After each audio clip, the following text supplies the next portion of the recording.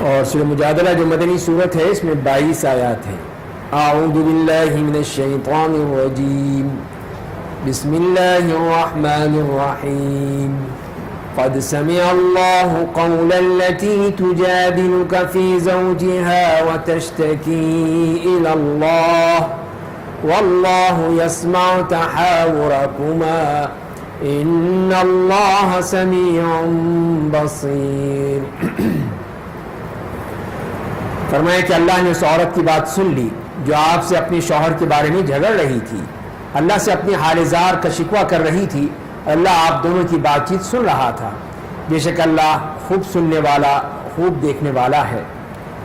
تو جیسے کہ مفسرین کرام نے لکھا ہے کہ یہ آیت نازل ہوئی تھی حضرت خولہ بنت ثعلبہ رضی اللہ تعالی عنہ، اور ان کے شوہر تھے اوس ابن صامت۔ تو کہیں پہ ایک دفعہ اوس ابن صامت رضی اللہ تعالیٰ عنہ نے غصے میں آ کر کہہ دیا، یہ جاہلیت کا تصور تھا، جاہلیت میں یہ ہوتا تھا کہ اگر کوئی شخص اپنی بیوی کو یہ کہہ دے کہ تم میری ماں کی طرح ہو تو وہ اس پر حرام ہو جاتی تھی، طلاق ہو جاتی تھی اور بات ختم ہو جاتی تھی۔ تو اس نے اسی طرح کہہ دیا کہ غصے میں کہ تم، یعنی ایک طرح سے وہ طلاق کا تصور ہوتا تھا ان کے ذہن میں، تو اس نے یہ الفاظ کہہ دیا۔ اب بیچاری پریشان ہو گئی کہ چھوٹے چھوٹے میرے بچے ہیں، اب میں کہاں جاؤں، کس کے گھر جاؤں، ماں باپ ہیں نہیں ہیں، یا ہیں بھی تو کون رکھتا ہے اس حالت میں۔ تو بیچاری وہ روتی ہوئی آئی نبی کریم صلی اللہ علیہ وسلم کے پاس کہ آپ کچھ کیجیے اب اس معاملے میں کیا کروں، کہاں جاؤں، اب میرا تو کوئی گھر بار ہے ہی نہیں۔ تو آپ نے وہی فرمایا، ظاہر ہے کہ یہ باتیں جس کے بارے میں کوئی حکم نہ ہو تو وہ پرانا ہی سلسلہ چلتا رہتا تھا، تو آپ نے بھی یہی کہا کہ اب میرے پاس تو کوئی وحی نازل نہیں ہوئی ہے، تو لہذا پھر یہی سمجھا جائے گا کہ یہ طلاق ہے۔ اور اسی دوران ہی کہ وہ بات کر رہی تھی کہ یہ آیات نازل ہو گئی، یہ آیات نازل ہو گئی، اور جس میں اللہ تعالیٰ نے فرما دیا کہ اللہ نے اس کی بات سن لی ہے اور اس کے بارے میں حل فرما دیا۔ اور جیسے فرمایا کہ اللہ یسمع تحاورکما، کہ اللہ تعالیٰ تمہاری یہ بات چیت، تمہاری گفتگو، اس کا شکوہ سن رہا ہے۔ تو یہ اللہ تعالیٰ جو تمام باتیں سنتا ہے، کوئی چیز بھی اس سے پوشیدہ نہیں ہے، اور یہاں پہ اسی سے معلوم ہوتا ہے کہ اللہ تعالیٰ کی کہ یہاں کوئی چیز جو مخفی نہیں ہے، اسی کا یہ مظہر ہے کہ حضرت عائشہ فرماتی ہے کہ میں وہیں بیٹھی تھی، ایک طرف وہ بات کر رہی تھی رسول اللہ صلی اللہ علیہ وسلم سے، اور دوسری طرف میں اسی کمرے میں یا اسی جگہ پر اپنا کام کر رہی تھی، تو مجھ سے کئی باتیں میں نہیں سن سکی، میری سماعت میں نہیں آئی جو وہ کہہ رہی تھی یا رسول اللہ جو فرما رہے تھے، لیکن اللہ نے وہاں پر 7 آسمان کے اوپر اس کی باتیں سب سن لی۔ تو یہ فرمائے کہ واللہ یسمع تحاورکما، اللہ تعالیٰ تمہاری سب باتوں کو سن رہا ہے۔ اور پھر اس کا حل بتا دیا جو اگلی آیات میں آ گیا کہ تم میں سے جو لوگ اپنی بیویوں سے زہار کر لیتے ہیں، یعنی اپنی ماں سے تشبیہ دے دیتے ہیں، وہ بیویاں ان کی مائیں نہیں ہو جاتی ہیں، ان کی مائیں صرف وہ عورتیں ہوتی ہیں جنہوں نے انہیں جنا ہے۔ بے شک وہ لوگ سخت ناپسندیدہ بات اور جھوٹ بولتے ہیں، اور بے شک اللہ بڑا معاف کرنے والا، مغفرت کرنے والا ہے۔ تو یہ بتا دیا جیسے کہ سورہ احزاب کے شروع میں بھی آیا کہ اللہ تعالیٰ نے کسی کے دل میں، سینے میں 2 دل نہیں بیان کیے، 2 دل نہیں بنائے، تو لہذا یہ کیسے ہو سکتا ہے کہ ایک وقت میں ایک خاتون جو اس کی بیوی ہے وہ اس کی ماں بن جائے؟ یہ تو ممکن ہی نہیں ہے۔ تو کیسے کہہ سکتا ہے کہ تم میری ماں کی طرح ہو؟ تو لہذا فرمایا کہ یہ بہت ہی غلط بات ہے، جھوٹ ہے یہ، اس طرح کی بات کہنا، اور اس بیچاری کو اب وہ گھر سے نکال باہر کرنا جیسے ان کا تصور تھا جاہلیت کا۔ اب اس کا حل کیا ہے؟ تو فرمایا کہ اور جو لوگ اپنی بیویوں سے زہار کر لیں، وہ اپنی کہی ہوئی بات سے رجوع کرنا چاہیں، اب وہ رجوع کرنا چاہتے ہیں جیسے طلاق میں ہوتا ہے، پہلے تو طلاق دے کے جو ہے تینوں فائر کر دیے، اور جب وہ مر گئی بیچاری اب روتے پھر رہے، اب کیا کریں؟ یہ غصے میں طلاق دے دی تھی، غصے میں ہوتی ہے، پیار و محبت سے طلاق تو کوئی نہیں دیتا، جو دیتا ہے وہ غصے میں دیتا ہے، غیظ و غضب کی حالت میں دیتا ہے، اشتعال میں دیتا ہے۔ اسی طرح یہاں پر ہے، تو اس نے غصہ آیا، اب وہ پریشان، اب کیا کرے؟ تو اسی لیے اللہ تعالیٰ نے اس کا حل بتا دیا کہ پھر اپنی کہی بات سے رجوع کرنا چاہیں تو قبل اس کے کہ وہ دونوں ایک دوسرے کو ہاتھ لگانا چاہیں، غلام آزاد کرنا ہوگا، پہلی بات یہ کفارہ ہے، یہ کفارہ بتا دیا کہ ایک غلام آزاد کریں۔ مسلمانوں تمہیں اس کی نصیحت کی جاتی ہے، اللہ تمہارے اعمال سے خوب باخبر ہے۔ اور جو شخص غلام نہ پائے تو 2 ماہ کے مسلسل روزے رکھے. تو یہ ہے. اب جیسے کہ غلام نہیں ہے, اس کا تصور ہی ختم ہو چکا ہے, تو اب یہ ہے کہ 2 ماہ کے مسلسل روزے رکھنے ہوں گے. کس کو؟ جس نے کیا ہے. یہ نہیں کہ بیوی سے کہ تم رکھ لو, تم روزے رکھ لو, میں مزے کروں. نہیں, تمہیں رکھنا. تم نے زیار کیا, اس بیچاری تو نہیں کیا کچھ بھی. تو لہذا اس کو چاہیے کہ 2 مہینے کے روزے رکھے, اس سے پہلے کہ دوسرے کو ہاتھ لگائیں. اور جو شخص کی طاقت نہ رکھتا ہو وہ 60 مسکینوں کو کھانا کھلائے. اگر روزے نہیں رکھ سکتا تو پھر یہ ہے, یہ اس کا متبادل ہے کہ وہ 60 مسکینوں کو کھانا کھلائے. تو یہ حکم اس لیے ہے کہ تم اللہ اور اس کے رسول پر ایمان لے آؤ, اور یہ اللہ کی حدیں ہیں اور کافروں کے لیے دردناک عذاب ہے. یہ اللہ تعالیٰ نے واضح کر دیا, یہ ہے فیصلہ. اب تم جاؤ, جا کے اس کا مسئلہ حل کرو. اور جب وہ نبی کریم صلی اللہ علیہ وسلم کے پاس جب یہ آئی آیات, تو آپ نے کہا کہ اوس کو کہو کہ غلام آزاد کرے. تو انہوں نے کہا کہ یا رسول اللہ, وہ تو اتنے اس کے پاس نہیں ہے کہ وہ غلام کہاں سے لائے, اس کے پاس تو اتنے پیسے ہی نہیں ہیں. تو کہا کہ اچھا پھر وہ 2 ماہ کے روزے رکھے. پھر کہا کہ وہ تو بوڑھا ہے, رکھ نہیں سکتا ہے, اس کے لیے بڑا مشکل ہے. تو چاہ کر پھر ٹھیک ہے, پھر 60 مسکینوں کو کھانا کھلائے. یہ آپ نے یہی حکم جو اللہ نے بیان کیا تھا اس صورت میں, وہی اللہ تعالیٰ کی طرف سے رسول اللہ صلی اللہ علیہ وسلم نے اوس ابن صامت رضی اللہ تعالیٰ عنہ کو بتا دیا. یہ تو زہار کا معاملہ اس میں اللہ تعالیٰ نے واضح کر دیا. اس کے بعد جو فرمایا کہ بے شک جو لوگ اللہ اور اس کے رسول کی مخالفت کرتے ہیں, یحادون اللہ, تو یہاں پہ ایک تو وہ ہیں جو مخالفت کرنے والے, محادون مخالفت ہے, سرکشی ہے, نافرمانی ہے. اور دوسری طرف وہ ہیں جو کہ موادون, جو مودہ سے ہے, محبت کرنے والے, اللہ کی بات ماننے. دونوں کا تذکرہ اس صورت میں کر دیا گیا ہے تاکہ دونوں طرح کے لوگوں کا علم ہو جائے. تو فرمائے کہ بے شک جو لوگ اللہ اور اس کے رسول کی مخالفت کرتے ہیں وہ ذلیل کر دیے گئے, جیسے وہ لوگ ذلیل کر دیے گئے جو ان سے پہلے تھے.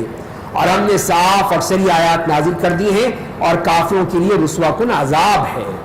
تو یہ اللہ کا عذاب ان لوگوں کے لیے جو محادہ کرتے ہیں, مخالفت کرتے ہیں, اور اللہ کے جو قوانین ہیں, حدود ہیں, ان کو خلاف کرتے ہیں یا اپنے قوانین ایجاد کر لیتے ہیں.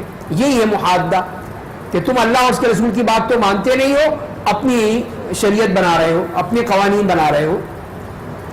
تو جس دن ان کو دوبارہ اٹھایا جائے گا, پھر انہیں ان کے اعمال کی خبر دے گا.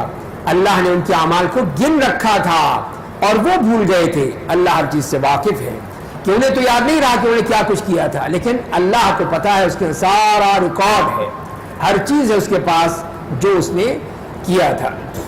تو اے میرے نبی, کیا آپ کو معلوم نہیں کہ اللہ ان تمام چیزوں کو جانتا ہے جو آسمانوں میں ہے اور جو زمین میں ہے. جب بھی 3 اشخاص آپس میں سرگوشی کرتے ہیں تو چوتھا ان کے ساتھ ہوتا ہے, اور جب وہ 5 ہوتے ہیں تو یہ چھٹا ان کے ساتھ ہوتا ہے, اور چاہے اس سے کم افراد ہوں یا زیادہ, اور جہاں کہیں بھی ہوں ان کے ساتھ ہوتا ہے. پھر قیامت کے دن ان کے اعمال کی انہیں خبر دے گا. بے شک اللہ ہر چیز کا علم رکھتا ہے. تو یہ سرگوشی کے حوالے سے تو ظاہر ہے کہ اس وقت خاص طور پہ اس معاشرے میں جو منافقین تھے تو ان کا کام یہی تھا کہ آپ صلی اللہ علیہ وسلم کی مجلس میں بیٹھے ہوئے ہیں تو 2 آدمی جو ہیں وہ ایک طرف بیٹھ کے سرگوشیاں شروع کر دیتے تھے. کیوں؟ تنگ کرنے کے لیے, بس کہ لوگ سمجھیں گے پتہ نہیں کیا بات کر رہے ہیں, بدگمانیاں پیدا ہوں گی, انتشار پیدا ہوگا, لوگ طرح طرح کی چہمگوئیاں کریں گے. تو یہ ان کا طریقہ تھا. تو اللہ تعالیٰ نے منع فرما کہ یہ باتیں مت کرو, اس طرح کی سرگوشیاں کرنا یہ غلط بات ہے. اور فرمائے کہ جو بھی, اگر وہ 4 ہیں تو 5واں اللہ ہے, 6 ہیں تو 7واں اللہ ہے, ان کی ہر بات کو سن رہا ہے, جان رہا ہے, اس کے علم میں ہے, کچھ چھپی ہوئی نہیں ہے. تو لہذا یہ پکڑے جائیں گے, اللہ تعالیٰ کے ہاں بہت سخت ان کو سزا دی جائے گی کہ یہ لوگ اس طرح کی سرگوشیاں کر کے اور لوگوں کو پریشان کرتے ہیں. اور نبی کریم صلی اللہ علیہ وسلم نے بھی ایک حدیث میں بیان کیا ہے کہ اگر تم 3 ہو, 3 افراد ہیں اور 2 آپس میں سرگوشیاں کرنے لگے تو یہ منع ہے, جائز نہیں ہے. اس لیے کہ وہ سمجھے گا یہ میری باتیں کر رہے ہیں, کہ مجھے نہیں بتا رہے, آپس میں یہ 2 کرنے لگے ہیں, تو یہ تیسرے کا دل دکھے گا, وہ سمجھے گا کہ میرے بارے میں گفتگو کر رہے ہیں. تو اس کا طریقہ یہ ہے کہ اس سے اجازت لیں, اس سے اجازت لیں کہ بھائی ہم دونوں ایک پرائیویٹ بات کرنا چاہتے ہیں, اپنی خاص بات ہے, تو آپ اجازت دے دیں ہمیں. اگر وہ اجازت دے دیتا ہے تو کر لیجئے پھر آپ, ٹھیک ہے. اگر وہ کہتے ہیں نہیں میری موجودگی میں آپ مت کریں، میں موجود ہوں اس مجلس میں، اس کمرے میں، اس جگہ پر، تو آپ باہر جاتے ہیں کر لیں باہر جا کر کے۔ تو لہذا یہ ادب ہے مجالس کا، مجالس کا یہ ادب سکھایا، جیسے اس آیت میں اس صورت میں آئے گا، تو یہ بھی ایک ادب ہے کہ 3 آدمی جو ہو اس طرح وہ نہ کریں، زیادہ ہو تو پھر وہ جائز ہے ضرورت کے تحت، لیکن اس کو بھی اللہ تعالیٰ نے پسند نہیں فرمایا ہے، اس لیے کہ یہ سب منافقین کا معاملہ تھا، وہ اس طرح مسلمانوں کے خلاف اس کو ایک سازش کے طور پر لیا کرتے تھے تاکہ لوگوں کو پریشان کریں۔ تو اس کے بعد جو اگلی آیت میں فرمایا انہی کے بارے میں کہ اے میرے نبی کیا آپ نے ان لوگوں کو نہیں دیکھا جو سرگوشی سے روک دیے گئے تھے، ایک بات منع کر دی گئی تھی، پھر انہیں جس بات سے روک دیا گیا تھا وہی دوبارہ کرنے لگتے ہیں، یہی ہے ان کا معاملہ منافقین کا، ایک بات سے روکا گیا کہ مت کرو یہ جائز نہیں ہے، کیوں تم اس طرح لوگوں کو دلوں میں بدگمانیاں پیدا کرتے ہو، پتہ نہیں کیا باتیں کر رہے ہیں، کیا سرگوشیاں کر رہے ہیں، تو یہ پھر وہ دوبارہ کرنے لگتے ہیں اور گناہ، ظلم اور رسول اللہ کی نافرمانی کے لیے سرگوشی کرتے ہیں۔ پھر اللہ نے بتا دیا پھر یہ ہے معاملہ ان کا، ان منافقین کا، کہ یہ سب اس لیے کرتے ہیں، گناہ کی باتیں ہیں اور ظلم کی باتیں ہیں اور نبی کریم صلی اللہ علیہ وسلم کی نافرمانی کی باتیں ہیں۔ تو جب وہ لوگ آپ کے پاس آتے ہیں تو آپ کو اس طرح سلام کرتے ہیں جس طرح اللہ نے آپ کو سلام نہیں کیا ہے، یہ دوسری ان کی علامت کہ سلام کرنا بھی ٹھیک طرح سے نہیں ہے۔ جیسے حدیث میں بھی آیا ہے کہ وہ کہا کرتے تھے کہ السلام علیکم السلام علیکم، ہمارے یہاں بھی بعض لوگ جو ہیں وہ اسی طرح ہی لپیٹ کے ذرا کرتے ہیں السلام علیکم السلام علیکم، یہ کیا ہوتا ہے بھائی؟ نہ سلام کرنا ہے تو سیدھی طرح کرو السلام علیکم، سلامتی کی دعا ہے، تو تم نے السلام کر دیا، السلام تو موت ہے، اسی لیے حضرت عائشہ نے سنا تو وہ غصے میں آ گئی، تو کہنے کہ تم پر لعنت ہو، تم پہ غضب ہو، تم یہ ہو، بڑے غصے سے ان کو ڈانٹ دیا۔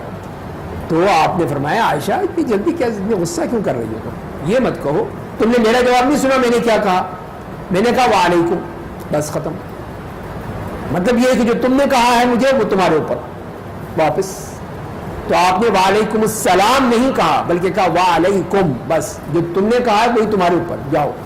اب ان کی بات تو قبول ہوگی نہیں تو رسول اللہ کی بات قبول ہو جائے گی، وہ اللہ کے یہاں لکھی جائے گی کہ رسول اللہ نے ان کو بس وعلیکم کہا تھا، تو یہ بات نوٹ ہو گئی، اب اس کی سزا بھگتنی پڑے گی ان کو، تو لہذا یہ ہے وہ طریقہ کہ آپ نے حکمت کے ساتھ اس کا جواب دے دیا۔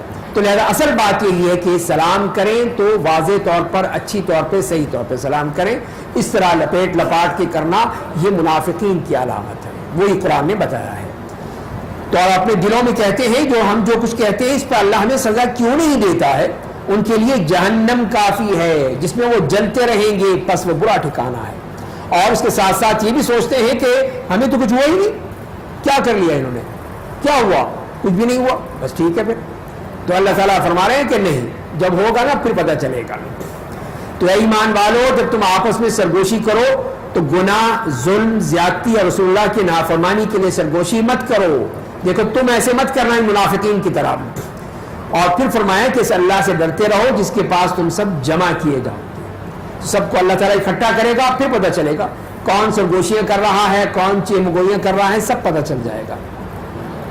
اور اس کا سبب بتا دیا اللہ تعالیٰ نے کہ بے شک سرگوشی شیطانی کام ہے تاکہ ایمان والے مغموم بنے، انہیں دکھ ہو، افسوس ہو، حالانکہ یہ چیز اللہ کے حکم کے بغیر انہیں قطعی نقصان نہیں پہنچائے گی، پس مومنوں کو صرف اللہ پر بھروسہ کرنا چاہیے۔ اس لیے کہ جب ایک آدمی بیٹھا ہوا ہے دوسرے 2 باتیں الگ سے کر رہے ہیں تو خود بخود اس کے دل میں خیال پیدا ہوگا، شیطان کا وسوسہ بھی ہو سکتا ہے اور اس طرح اس کے دل میں بات آ سکتی ہے کہ یہ پتہ نہیں کیا باتیں کر رہے ہیں، میرے بارے میں باتیں کر رہے ہیں، مجھے ماریں گے، باہر نکلیں گے دونوں میری پٹائی کریں گے، یہ جیسے آپ نوجوان کرتے ہیں کہ ہاں بھائی دیکھنا باہر نکلتے ہیں، پھر دیکھو میں تیری کھل لانا، پھر میں تیری۔ تو فرمایا کہ یہ ہے، اس طرح یہ چیز شیطانی کام ہے، سب یہ شیطانی کام ہے کہ اس قسم کی چیمگوئی، کانا پھوسی اور سرگوشی کرنا غلط بات ہے، اور اگر ہے تو وہ اسی وقت ہے جیسے کہ فرمایا گیا ہے کہ جہاں پہ اللہ کے لیے ہو، وَتَنَاجَوْا بِالْبِرِّ وَالتَّقْوَىٰ، یہ فرما دیا کہ یہ جائز ہے، نیکی کا ہے۔ اب ظاہر نبی کریم صلی اللہ علیہ وسلم کسی صحابی سے بات کرنا چاہتے ہیں، آپ ظاہر ہے کہ کوئی ظلم کی بات نہیں کریں گے، زیادتی کی بات نہیں کریں گے، لیکن اچھی بات کریں گے۔ آپ نے کسی کو فوراً کہیں بھیجنا ہے، کوئی کام کروانا ہے، اب لوگ بیٹھے ہیں تو سب سے سامنے نہیں کہنا چاہتے آپ ان سے، تو یہ جائز ہوگا۔ اسی لیے فرمائے کہ وَتَنَاجَوْا بِالْبِرِّ وَالتَّقْوَىٰ، نیکی اور تقویٰ کے کام ہو تو پھر کوئی حرج نہیں ہے، پھر اس میں کہا جا سکتا ہے، بتایا جا سکتا ہے۔ اور ظاہر ہے کہ ایک جو سربراہ ہے وہ جو بات کہتا ہے تو لوگ سمجھ جائیں گے کہ یہ کوئی بہت ہی ایمرجنسی ہے، کوئی بہت ہی ضروری کام ہے، تب یہ بلایا ہے اس کو، تب یہ کہہ رہے ہیں، ورنہ اس سے کوئی بدگمانی پیدا نہیں ہوگی۔ جہاں بدگمانی پیدا ہو وہاں غلط ہے۔ اس کے بعد مجلس کے آداب میں سے ایک اور ادب بیان کیا کہ اے ایمان والو، جب تم سے کہا جائے کہ اپنی مجلسوں میں دوسروں کو جگہ دو تو انہیں جگہ دیا کرو، اللہ تمہارے لیے کشادگی پیدا کرے گا۔ اور جب کہا جائے گا کہ اٹھ کھڑے ہو تو اٹھ جاؤ، اللہ تم میں سے ایمان والوں اور اہل علم کے درجات بلند کرے گا، اللہ تمہارے اعمال سے پوری طرح باخبر ہے۔ تو یہ مجلس کے آداب میں جہاں پہ وہ سرگوشی منع کی گئی، اسی طرح یہ ہے کہ جب کوئی آئے تو اس کے لیے کشادگی کر دے۔ اگر تنگ جگہ ہو اور لوگ زیادہ ہیں تو لوگوں کو چاہیے ذرا سمٹ کر بیٹھ جائیں، چوکڑی مار کر نہ بیٹھیں، زیادہ پھیل کر بیٹھنے کی ضرورت نہیں ہے، یا جیسے کہتے ہیں زیادہ چوڑے ہو گئے ہیں تو اتنا چوڑا لمبا نہیں ہونا چاہیے۔ تو خاص طور پہ ایسی مجلس میں جہاں پہ اور لوگ بھی ہیں آپ کے ساتھ تو ان کے لیے جگہ ہونی چاہیے۔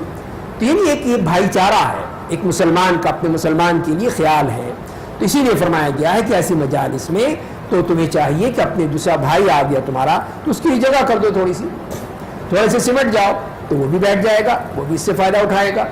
اور اگر کہا جائے کہ بھائی اٹھ جاؤ بھائی اب چھٹی کرو تو جاؤ، پھر چلے جاؤ۔ تو لہذا یہ ہے کہ اللہ کے احکام ہیں ان کو مانو، ان کے مطابق عمل کرو۔ فرمایا کہ اے ایمان والو، جب تم رسول اللہ سے سرگوشی کرنا چاہو تو اپنی سرگوشی سے پہلے صدقہ دو، یہ چیز تمہارے لیے بہتر اور تمہارے دلوں کو زیادہ پاک کرنے والی ہے۔ تو یہاں پہ یہ ایک ٹیکس لگا دیا اللہ تعالیٰ نے، اگر کوئی سرگوشی کرنی ہے تو صدقہ دو، ٹیکس، صدقہ ٹیکس۔ تو وہ اللہ تعالیٰ کی طرف سے آ گیا کہ وہ اسی لیے وہ منافقین کا دروازہ بند کرنا تھا، وہ مانتے نہیں تھے۔ تو اللہ تعالیٰ نے کہا کہ آپ ان سے کہیے کہ وہ پہلے یہ صدقہ ادا کریں اور پھر آ کے سرگوشی کر لیں۔ تو یہ اس کے لیے فرما دیا، لیکن ساتھ ساتھ یہ بھی فرما دیا فَإِن لَمْ تَجِدُوا فَإِنَّ اللَّهَ غَفُورٌ رَحِيمٌ، اگر تمہیں نہیں ہے تمہارے پاس تو اللہ معاف کرنے والا ہے، رحم کرنے والا ہے، معاف کر دے گا۔ لیکن اس کے بعد جو فرمایا، کیا تم اس بات سے ڈر گئے کہ سرگوشی سے پہلے تمہیں صدقات دینے ہوں گے، بس جب کہ تم نے ایسا نہیں کیا اللہ نے تمہارے گناہ معاف کر دیے، تم نماز کو قائم کرو، زکوٰۃ ادا کرو، اللہ اس کے رسول کی اطاعت کرو، اللہ تعالیٰ تمہارے اعمال سے باخبر ہے۔ تو لہذا آپ یہ فرما دیے کہ اگر تم نہیں کر سکے اور نہیں کر سکتے تو ٹھیک ہے، کوئی بات نہیں، اللہ تعالیٰ نے معاف کر دیا، وہ ٹیکس بھی معاف ہو گیا۔ اور جیسے کہ آتا ہے روایات میں کہ حضرت علی رضی اللہ تعالیٰ عنہ نے ہی اس پہ عمل کیا تھا، اس آیت پہ، اس کے بعد ہی پھر وہ معافی آ گئی کہ ٹھیک ہے کوئی بات نہیں، لیکن یہ کام کرتے رہو کہ نماز، زکوٰۃ، اللہ اس کے رسول کی اطاعت وہ کرتے رہو۔ تو اطاعت جو بات ہے وہ کتنی اہم بات ہے، اللہ اس کے رسول کی اطاعت جو حکم دیا گیا ہے اس کے مطابق عمل کرنا ہے۔ اور اس کے ساتھ ساتھ جہاں پہ بھی اولی الامر ہوتے ہیں، جہاں پہ کسی چیز کا حکم دیا جاتا ہے تو اس پہ عمل کرنا ہی وہی اصل اطاعت کی اسپرٹ ہے کہ اس کے مطابق کیا جائے۔ ہر جگہ اپنی مرضی چلانا کہ نہیں جو ہماری مرضی ہے وہ کریں گے، یہ بولتا رہے، ہر وقت بولتا ہی رہتا ہے، یہ تو شعیب صاحب سمجھ گئے۔ تو یہ ہے اصل چیز کہ ہمیں اس بات کا خیال رکھنا چاہیے کہ جہاں پہ اللہ اور اس کے رسول کی اطاعت ہے وہاں اولی الامر کی بھی اطاعت ہے۔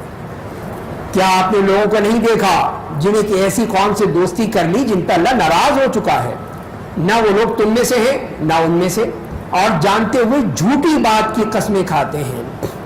تو یہ منافقین کی انتہا ہو گئی تھی، جسے قرآن بتا رہا ہے کہ اتنی اپنی دشمنی میں، ضد میں حد کو پہنچ گئے تھے۔ اور اب یہ کیا کر رہے تھے، جن کا ذکر فرمایا کہ یہودیوں سے دوستی، جسے فرمایا کہ تولوا قوما غضب اللہ علیہم، جن پہ اللہ کا غصہ نازل ہوا۔ کون ہے وہ؟ یہودی۔ سورہ فاتحہ میں آپ نے پڑھا ہے غیر المغضوب علیہم ولا الضالین، مغضوب علیہم یہودی ہیں، ضالین نصارہ ہیں۔ تو وہ بھی یہاں پہ فرمایا گیا کہ اس قوم سے دوستیاں کر رہے ہیں جن پر اللہ کا غصہ نازل ہوا، تو وہ یہودی تھے۔ تو یہ سارے منافقین جا کے ان سے پینیاں بڑھاتے تھے، ان سے دوستیاں کرتے تھے۔ ظاہر ہے کہ جب دشمن مشترک ہو گیا دونوں کا، منافقین کا دشمن بھی مسلمان، یہودیوں کا دشمن بھی مسلمان، تو اب ظاہر ہے کہ دوستی ہو گئی۔ ظاہر ہے کہ جب وہ اپنا جو دشمن ہے، مشترکہ دشمن ہے، تو پھر دوستی تو ہوگی۔ تو لہذا یہ فرمایا گیا، اور یہ فرمایا گیا کہ وہ جانتے ہوئے جھوٹی بات پر قسمیں کھاتے ہیں۔ جب ان سے پوچھا جاتا ہے یا بات کی جاتی ہے تو قسمیں کھانے لگتے ہیں، نہیں نہیں نہیں ہم نے تو نہیں کیا، ہم تو نہیں گئے تھے، ہم نے کوئی بات نہیں کی، ہم نے یہ نہیں کیا، سب جھوٹی قسمیں شروع کر دیتے ہیں۔ اور فرمایا کہ یہی ان کا معاملہ ہے کہ اللہ نے ان کے لیے سخت عذاب تیار کر رکھا ہے، وہ بے شک بہت برے کام کرتے ہیں، اور انہوں نے اپنی قسموں کو ڈھال بنا لیا ہے کہ جہاں پہ بھی کوئی بات ہوئی فوراً قسمیں آ جائیں گی، فوراً قسمیں، اللہ کی قسمیں، اللہ کی قسم، ایسا نہیں ہے، یہ نہیں ہے، وہ نہیں ہے، جیسے ہم سورہ توبہ میں بھی پڑھ چکے ہیں۔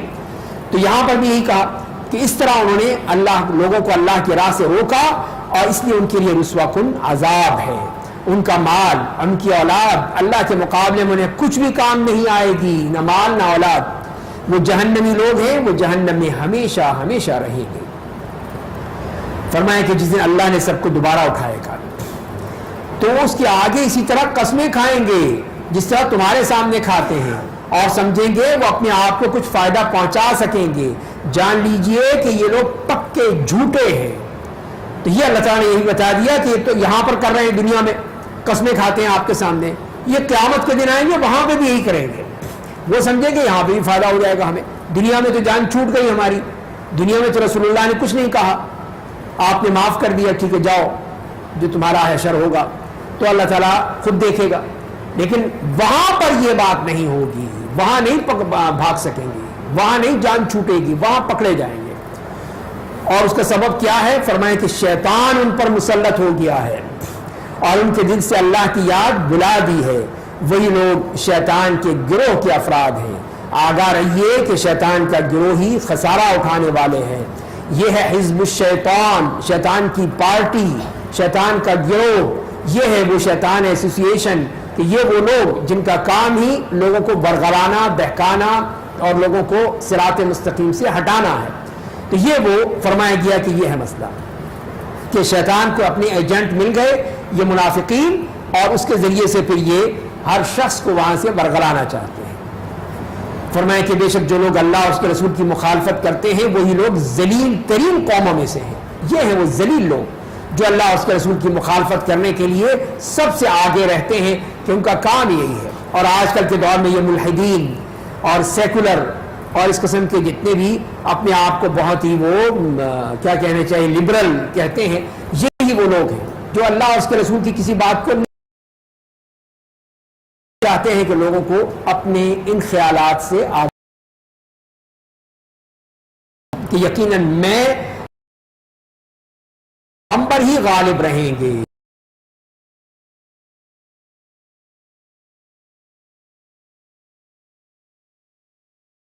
اللہ کے لیے، اس کے رسولوں کے لیے محبت کرتے، محادون جیسے میں نے عرض کیا تھا ان کا یہاں پہ پھر ذکر آیا۔ اب یہاں پر ان کے جو بالکل مخالف ہیں، جو اللہ اور اس کے رسول سے محبت رکھتے ہیں، اللہ اور اس کے رسول کو ماننے والے، تو وہ کیا ہے؟ ان کے بارے میں فرمایا کہ جو لوگ اللہ اور یوم آخرت پر ایمان رکھتے ہیں انہیں آپ ان لوگوں سے محبت کرتے ہوئے نہیں پائیں گے جو اللہ اور اس کے رسول کی مخالفت کرتے ہیں، چاہے وہ ان کے باپ ہو، بیٹے ہو، بھائی ہو، خاندان والے ہو، تو یہ کبھی ان کی کوئی طرفداری نہیں کریں گے۔ اس لیے کہ جب اللہ کا حکم آ گیا تو پھر کیسے وہ آپ کا بھائی ہو سکتا ہے، کیسے وہ آپ کا باپ ہو سکتا ہے، کیسے اس کا بیٹا ہو سکتا ہے؟ اسلام لانے کے بعد پھر کوئی نسب نہیں رہتا سوائے اسلام کے نسب کے۔ اسلام کا رشتہ وہی اصل رشتہ ہے۔ تو اگر کسی کا باپ کافر ہے تو اس کی بات نہیں مان سکتا، سوائے دنیا کے معاملات میں۔ اگر بیٹا کافر ہے تو اس کی بات نہیں چلے گی، کوئی طرفداری نہیں کر سکتا۔ بھائی کافر ہے نہیں، کوئی بھی ہو، تو قرآن نے صاحب بتا دیا ہے۔ تو اسی فرمائے انہی لوگوں کے دلوں میں اللہ نے ایمان کو راسخ کر دیا ہے، ان کی تائید اپنی نصرت خاص سے کی ہے۔ اللہ انہیں ایسی جنتوں میں داخل کرے گا جن کے نیچے نہریں جاری ہوں گی، ان میں وہ ہمیشہ رہیں گے۔ اللہ ان سے راضی ہو گیا، وہ اس سے راضی ہو گئے۔ وہی اللہ کی جماعت کے لوگ ہیں، آگاہ رہیے اللہ کی جماعت کے لوگ ہی کامیاب ہونے والے۔ یہ ہے حزب اللہ، حزب الشیطان کے مقابلے میں حزب اللہ، اللہ کے بندے، اللہ کو ماننے والے، اللہ کے احکام پہ چلنے والے۔ اللہ ان سے راضی ہو گیا، وہ اللہ سے راضی ہو گئے۔ تو تو یہ ہیں وہ اللہ کے نیک بندے. تو بتا دیا کہ حزب الشیطان کون سی ہے, حزب اللہ کون سی ہے. اب ہم نے خود فیصلہ کرنا ہے کہ ہم نے کہاں جانا ہے, اللہ کی پارٹی میں یا شیطان کی پارٹی میں. تو یہ جو بھی عقل میں آئے وہ اس کے مطابق وہ کر سکتا ہے. اس کے بعد سورہ حشر ہے, مدنی صورت ہے, 24 اس میں آیات ہیں. بسم اللہ الرحمن الرحیم. سبح للہ ما فی السماوات وما فی الارض وهو العزیز الحکیم. هو الذی اخرج الذین کفروا من اہل الكتاب من دیارهم لأول الحشر ما ظننتم ان يخرجوا وظنوا انهم مانعتهم حصونهم من الله فأتاهم الله من حيث لم يحتسبوا وقذف في قلوبهم الرعب يخربون بيوتهم بأيديهم وأيدي المؤمنين فاعتبروا يا أولي الأبصار. تو سورہ حشر مدنی صورت جس میں فرمایا کہ آسمان اور زمین میں جتنی چیزیں ہیں سب اللہ کی تسبیح بیان کرتی ہیں, اور وہ زبردست بڑی حکمت والا ہے. اسی نے اہل کتاب کافروں کو ان کے گھروں سے نکال کر ان کے پہلے حشر یعنی پہلی جلاوطنی کی جگہ پہنچا دیا. مسلمانوں تم تو سوچ بھی نہیں سکتے تھے کہ وہ نکل جائیں گے مدینے سے, اور وہ سمجھتے تھے کہ ان کے قلعے انہیں اللہ کے عذاب سے بچا لیں گے. بس اللہ کا عذاب ان پر ایسی جگہ سے آیا جس کا وہ گمان بھی نہیں کر سکتے تھے, اور اللہ نے ان کے دلوں میں روب ڈال دیا. چنانچہ وہ اپنے گھروں کو اپنے ہاتھوں اور مسلمانوں کے ہاتھوں خراب کرنے لگے. بس اے آنکھوں والو تم لوگ عبرت حاصل کرو گے. تو یہ واقعہ کون سا ہے جس کا ذکر فرمایا گیا؟ تو یہ ہے, یہ مدینے کے میں جو یہودی رہتے تھے, 3 قبائل تھے. ایک تو تھا بنو قینقاع, بنو نضیر اور بنو قریظہ. بنو قریظہ کا ذکر ہم پڑھ چکے ہیں غزوہ احزاب کے معاملے میں. سورہ احزاب میں غزوہ خندق کے بعد اللہ تعالیٰ نے ان کا بھی حکم دیا کہ ان کا بھی معاملہ صاف کریں, ختم کریں ان کو. تو وہ ہو گئے. تو باقی یہ 2 تھے. ان میں ہے بنو قینقاع اور بنو نضیر یا نظیر. تو بنو نظیر کا جو معاملہ تھا کہ یہ بھی وہ یہودی اور انتہائی برے, جیسے کہ ان کا معاملہ تھا جیسے ابھی بات ہوئی کہ منافقین کے ساتھ مل کر ہمیشہ سازشیں کرنا, ہمیشہ کوئی نہ کوئی ایسا معاملہ کرنا جس کے ذریعے سے وہ مسلمانوں کو تکلیف پہنچے, مسلمانوں کو تنگ کیا جائے. تو بنو قینقاع کا معاملہ تو یہ ہوا کہ انہوں نے وہ مدینے میں رہتے تھے اور ان کا کام ہی یہ سنار, خاص طور پہ سونے کا کام, لوہے کا کام, اس قسم کے کام کرتے تھے. ہم کاریگر لوگ تھے. تو وہاں پر ایک دفعہ ایک عورت آئی کسی سنار کے پاس, مسلمان عورت. تو ایک یہودیوں نے سازش کی کہ اس کو ایسے طریقے سے برہنہ کر دیا کہ وہ لوگوں کے سامنے یعنی برہنہ ہو گئی. تو ایک مسلمان تھا, اس کو بڑی غیرت آئی کہ یہ کیا کر رہا. اس نے فوراً تلوار نکالی اور اس یہودی کا سر قلم کر دیا, اور انہیں پھر اس مسلمان کو شاید مارا. تو بہرحال اس طرح پھر وہ یہ مسئلہ جو تھا وہ خراب ہو گیا. تو آپ سب ان کے پاس آیا تو آپ نے کہا نکالو ان کو, تو ان سب کو وہاں سے نکال دیا. دوسرا جو واقعہ ہے یہ بنو نضیر کی بستی کا معاملہ, کہ انہوں نے بھی ایک معاملہ ہو گیا تھا, کسی مقتول کی دیت کا معاملہ تھا. ہو سکتا ہے یہی جو بنو قینقاع والا تھا. تو آپ اس سلسلے میں ان کے پاس گئے کہ اس دیت میں تم بھی اپنا حصہ ڈال دو. تم جب ہمارے ساتھ میثاق مدینہ میں ہمارے ساتھ شامل ہو تو تمہارا بھی فرض ہے کہ تم بھی اس دیت میں اپنا حصہ دو. تو انہوں نے کیا کیا, ان بدبختوں نے, کہ آپ جہاں تشریف فرما تھے کسی دیوار کے نیچے بیٹھے تھے, وہ گھر کی یا کسی قلعے کی, تو 2 بندوں کو بھیجا کہ جاؤ جا کے اوپر سے کوئی پتھر پھینک دو, بڑا پتھر, کہ ایک دفعہ جان چھوٹ جائے اس سے. تو یہ ان کی بدبختی تھی کہ ان خبیثوں نے نبی کریم صلی اللہ علیہ وسلم کے خلاف اتنی خطرناک سازش کی. اور اللہ نے آپ کو بتا دیا وحی کے ذریعے سے کہ آپ تشریف لے جائیں, آپ چلے جائیں. تو آپ فوراً اٹھے اور سیدھا مدینے آ گئے. اب صحابہ کرام بھی پریشان, یہ کیا ہوا, کیا آپ نے کچھ بتایا ہی نہیں. تو آپ وہاں پہنچے تو صحابہ آئے تو اب آپ نے بتا دیا کہ یہ معاملہ ہوا تھا, اللہ نے مجھے حکم دیا کہ میں نکل جاؤں وہاں سے, تو لہذا میں وہاں سے آ گیا. تو آپ نے پھر اس وقت فوراً اب حکم دیا کہ ان لوگوں کا محاصرہ کر لیا جائے. تو ربیع الاول 4 ہجری میں پھر ان کا جو صحابہ کرام یا آپ کی مسلمان فوج نے ان کا محاصرہ کر لیا. اور اس کے بعد چند ہی دن کے بعد پھر وہ پہلے تو منافقین نے کہا کہ نہیں، جیسے قرآن میں ذکر کرے گا کہ ہم تمہارے ساتھ ہیں، قدم بڑھاؤ ہم تمہارے ساتھ ہیں، تو وہ ان کو قدم پھنسانے کی صورت میں کرے کہ تم قدم پھنساؤ ہم تمہارے ساتھ ہیں. تو یہ منافقین ان کو کہتے رہے. اور ادھر رسول اللہ صلی اللہ علیہ وسلم صاحب کہہ دیا تھا اب تو جان نہیں چھوڑیں گے، اب تو مارے گئے تم. اب وہ کہتے ہیں آؤ منافقین سے آؤ کچھ کرو پھر ہمارا مسئلہ حل کرو. اب وہ آتے ہی نہیں تھے، وہ بھی ڈر کے بیٹھ گئے کہ اب تو معاملہ بڑا سخت ہے، رسول اللہ صلی اللہ علیہ وسلم کا معاملہ ہے، اللہ کی طرف سے ہے، یہ تو معاملہ بالکل ختم ہو جائے گا. تو وہ نہیں آئے تو پھر منافقین کہنے لگے تو مسئلہ ہی خراب ہو گیا، یہ منافق جو تھے یہ بھی دھوکہ دے گئے، یہ بھی نہیں آئے. تو پھر رسول اللہ کے پاس کہا کہ آپ جو فیصلہ کریں. تو پھر آپ نے فیصلہ کر دیا کہ اب اس شرط پر تم بستی چھوڑ کر جا سکتے ہو کہ اپنے اسلحے کے علاوہ اسلحہ نہیں لے کر جاؤ گے، صرف جو ایک اونٹ پر جو کچھ لے جا سکتے ہو لے کر یہاں سے دفع ہو. اور اس طرح آپ نے ان کو اجازت دے دی، اور وہ اپنے اونٹوں پہ جو لے جا سکتے تھے، جو جیسے کہ قرآن بتا رہا ہے کہ جو کچھ اپنے وہ نے توڑ پھوڑ کی، جو اپنے گھروں کی شہتیر تھی اور چیزیں تھیں، جو کچھ لے جا سکتے تھے وہ لے گئے، اور کوئی چیز نہیں لے جا سکے، باقی سب مسلمانوں کے قبضے میں آ گیا. تو وہی چیز فرمائی گئی کہ یہ ہے ان کا معاملہ کہ اس طرح ان کو جلا وطن کر دیا گیا.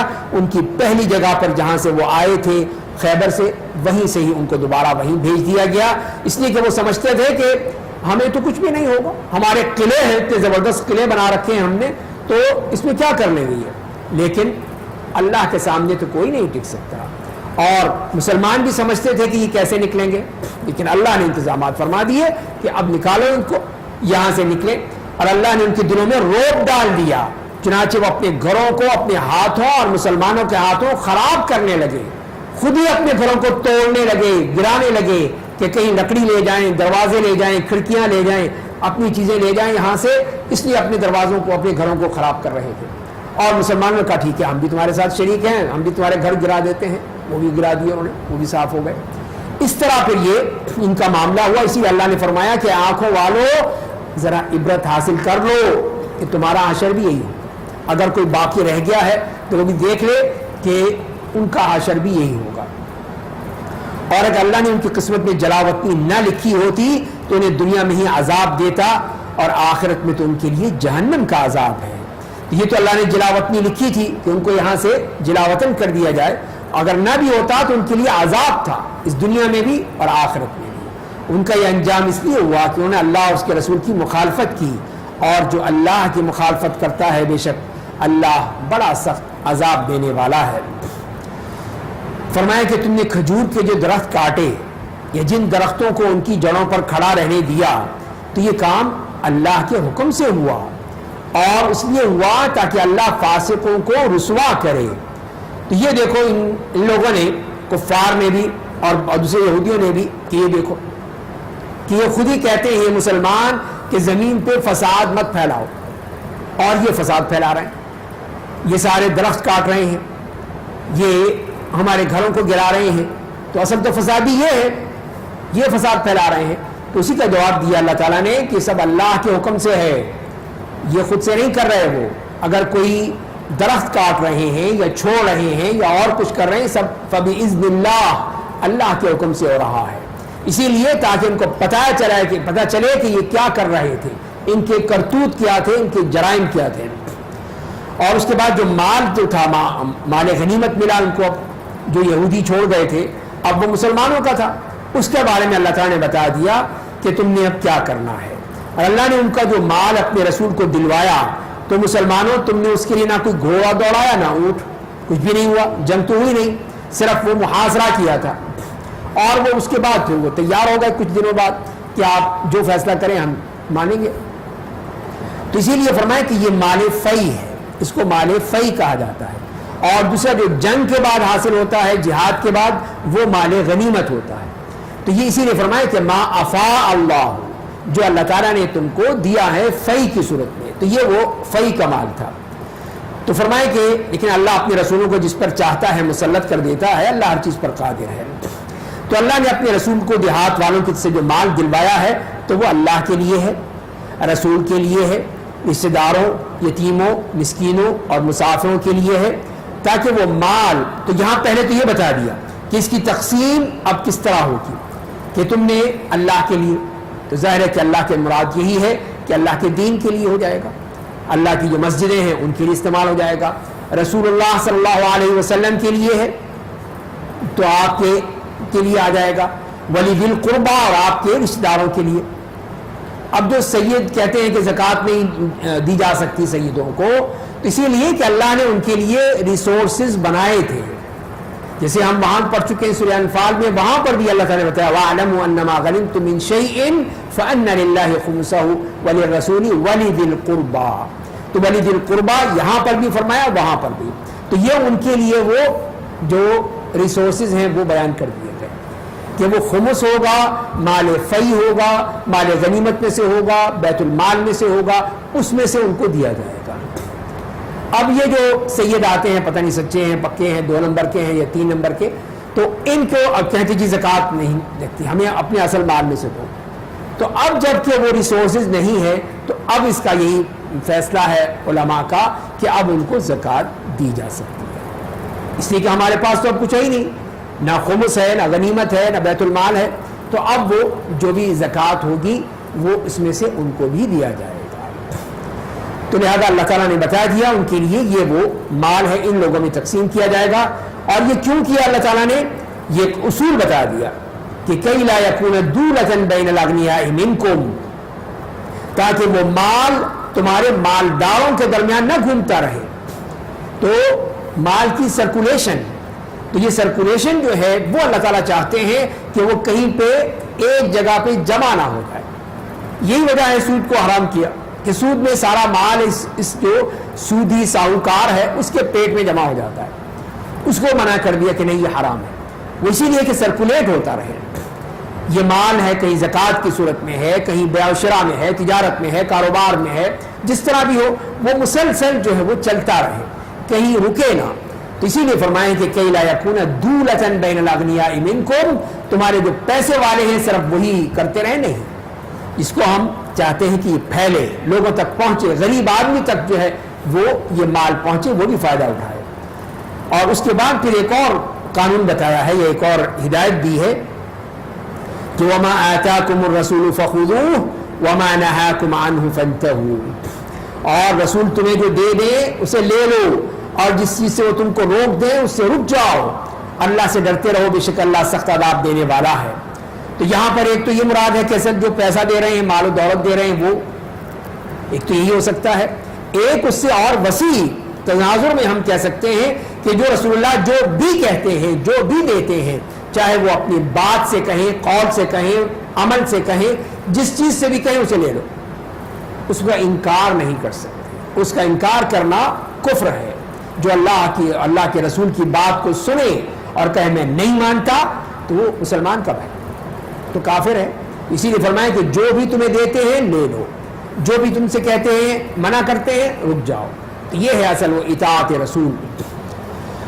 اور مال کے بارے میں فرمایا کہ وہ مال ان فقیر مہاجرین کے لیے ہے، یہ بھی اسی میں سے فی کے مال میں سے جو گھروں اور مال و دولت سے نکال دیے گئے، جو یہ مکے سے آئے تھے بیچارے لٹے پھٹے، سارا مال انہوں نے لوٹ لیا تھا مکے والوں نے، کفار نے، تو فرمایا کہ ان کو بھی دے دو، جو چاہتے ہیں، اللہ کا فضل اور اس کی خوشنودی کے طلبگار تھے اور اللہ کے رسول کی مدد کرتے تھے، اللہ اور اس کے رسول کی، تو وہی لوگ سچے تھے، تو اللہ نے ان کی بھی انتظام فرما دیا۔ اور اس کے بعد پھر انصار، یہ انصار صحابہ کرام جنہوں نے ان مہاجرین کی مدد کی، ان کی بھی تعریف فرمائی، اور وہ مال ان لوگوں کے لیے ہے، ان انصار کے لیے بھی، ان کو بھی دیا جا سکتا ہے جو مہاجرین مکہ کی آمد سے پہلے ہی مدینے میں مقیم تھے، مدینے میں رہتے تھے اور ایمان لا چکے تھے، سارے ایمان لے آئے، اکثریت ان میں سے، وہ لوگ مہاجرین سے محبت کرتے ہیں، اور مہاجرین کو جو مال غنیمت دیا گیا ہے اس کے لیے وہ اپنے دلوں میں تنگی اور حسد محسوس نہیں کرتے۔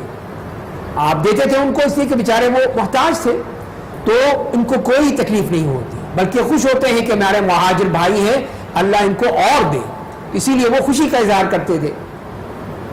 تو فرمایا کہ یہ کس طرح خوشی کا اظہار کرتے ہیں اور اپنے آپ پر ترجیح دیتے ہیں، اگرچہ وہ خود تنگی میں ہوں، اور جو لوگ اپنے نفس کی تنگی اور بخل سے بچا لیے جائیں وہی کامیاب ہونے والے ہیں، کہ انہوں نے یہ نہیں کیا کہ یہ دیکھو یہ مصیبت آ گئی ہمارے پر، مہاجر آ کے سارے، نہیں، بلکہ ان کو خوش آمدید کہا، اپنے گھروں میں جگہ دی.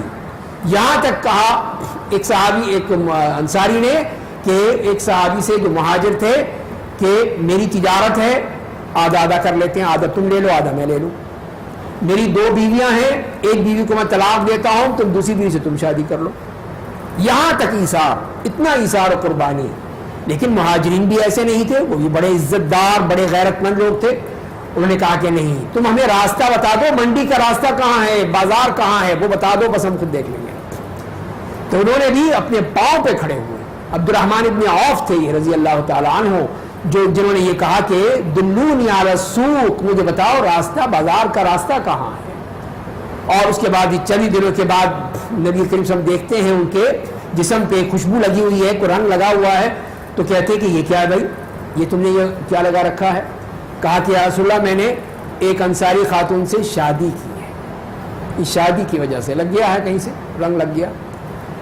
تو نے کہا کہ تو بڑا اچھا ہے، اولم ولو بشاتن، چلو جی اور ولیمہ کرو، چاہے وہ بکری کا ہی ہو. تو دیکھیے کہ کہاں وہ لٹے پھٹے آئے تھے مدینے سے اور مکے سے، اور ان کے پاس کچھ بھی نہیں تھا، لیکن اللہ نے کتنی ان کو مدد کی، کتنی ان کو برکت دی کہ چند ہی دنوں میں، چند ہی مہینوں میں اتنا کاروبار بن گیا، اتنا پیسہ ہو گیا، شادی بھی کر لی. تو یہ ہے اللہ کی طرف سے مدد ان لوگوں کے لیے کہ اللہ نے کیسی مدد کی، ان انصار کی بھی اور مہاجرین کی بھی. تو اسی لیے ان کی تعریف کر دی گئی جو قیامت تک پڑھی جائے گی اس قرآن کریم میں. وہ ان لوگوں کے لیے بھی ہے جو مہاجرین اور انصار کے بعد دارا اسلام میں داخل ہوئے. وہ کہتے ہیں اے ہمارے رب ہمیں معاف کر دے، ہمارے ان بھائیوں کو بھی معاف کر دے جو ہم سے پہلے ایمان لا چکے ہیں، اور ہمارے دلوں میں ایمان والوں کی طرف سے کینہ نہ پیدا کر، کوئی حسد جلن نہ ہو ہمارے دلوں میں.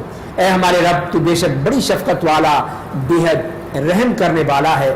تو یہ وہ لوگ بھی جو بعد میں آئیں گے. یہ کون ہیں؟ یہ قیامت تک آنے والے لوگ. تو ان کو چاہیے کہ وہ اپنے جو پیش رو ہیں ان کے لیے دعائیں کریں جو قرآن نے بتائی ہیں کہ ربنا اغفر لنا ولاخواننا الذین سبقونا بالایمان ولا تجعل فی قلوبنا غلا للذین آمنوا. تو یہ ہے کہ ہمارے دل میں کوئی کینہ، کوئی حسد، کوئی بغض نہیں ہونا چاہیے ان لوگوں کے لیے.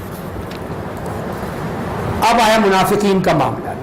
انہوں نے جو کچھ کیا تھا یہودیوں کے ساتھ مل کے، تو اللہ تعالیٰ نے ان کا بھی پول کھول دیا. فرمایا کہ آپ نے منافقین کو نہیں دیکھا کہ وہ اہل کتاب کافر بھائیوں سے کہتے ہیں جو انہوں نے اپنے بھائی بنا رکھے تھے، اگر تم اپنے گھروں سے نکالے گئے تو ہم بھی تمہارے ساتھ نکل جائیں گے. دیکھیے کتنی بڑی یکجہتی ہے. اور تمہارے بارے میں ہرگز کسی کی بات نہیں مانیں گے، اور اگر تم پر جنگ مسلط کی گئی تو ہم تمہاری مدد کریں گے، ہم تمہارے ساتھ ہوں گے. اللہ گواہی دیتا ہے کہ یہ سب جھوٹے ہیں، بلا شبہ جھوٹے ہیں. تو یہ تھا ان منافقین نے کہا تھا ان یہودیوں سے، بنو نذیر کے یہودیوں سے یہ کہا تھا کہ دیکھو اگر تمہیں گھروں سے نکالا گیا تو ہم بھی نکلیں گے، تمہارے ساتھ چلیں گے، ہم بھی جائیں گے. دوسری بات کہ دیکھو ہم کوئی کسی کی بات نہیں مانیں گے، تمہارے ساتھ بالکل پکے. تیسری بات کہ اگر تم پر جنگ مسلط کی گئی تو ہم تمہاری مدد کریں گے، تمہارا ساتھ دیں گے. تو اللہ تعالیٰ نے کیا فرمایا؟ اگر وہ نکال دیے گئے تو منافقین ان کے ساتھ نہیں نکلیں گے. اگر انہیں جنگ کرنی پڑی تو وہ ان کی مدد نہیں کریں گے. اگر انہیں مدد کی تو پھر کیا ہوگا؟ پیٹ پھیر کر بھاگ جائیں گے، سب دم دبا کے بھاگ جائیں گے، کوئی نہیں رہے گا وہاں پر. پھر ان کی کسی جانب سے مدد نہیں کی جائے گی.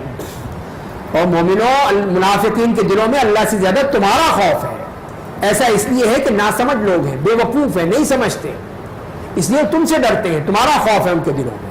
اس لیے انہوں نے باتیں تو خوب کی، یہودیوں کو خوب پٹیاں پڑھائیں کہ ہم یہ کر دیں گے، ہم وہ کریں گے، ہم وہ کریں گے. لیکن جب وقت آیا سب بھاگ گئے، سب اپنے گھروں میں دبک کے بیٹھ گئے. تو وہی اللہ تعالیٰ فرما رہے ہیں کہ اللہ سے نہیں ڈرتے جتنا تم سے ڈرتے ہیں کہ یہ ہمیں ماریں گے. تو فرمایا کہ ان کا معاملہ کیا ہے؟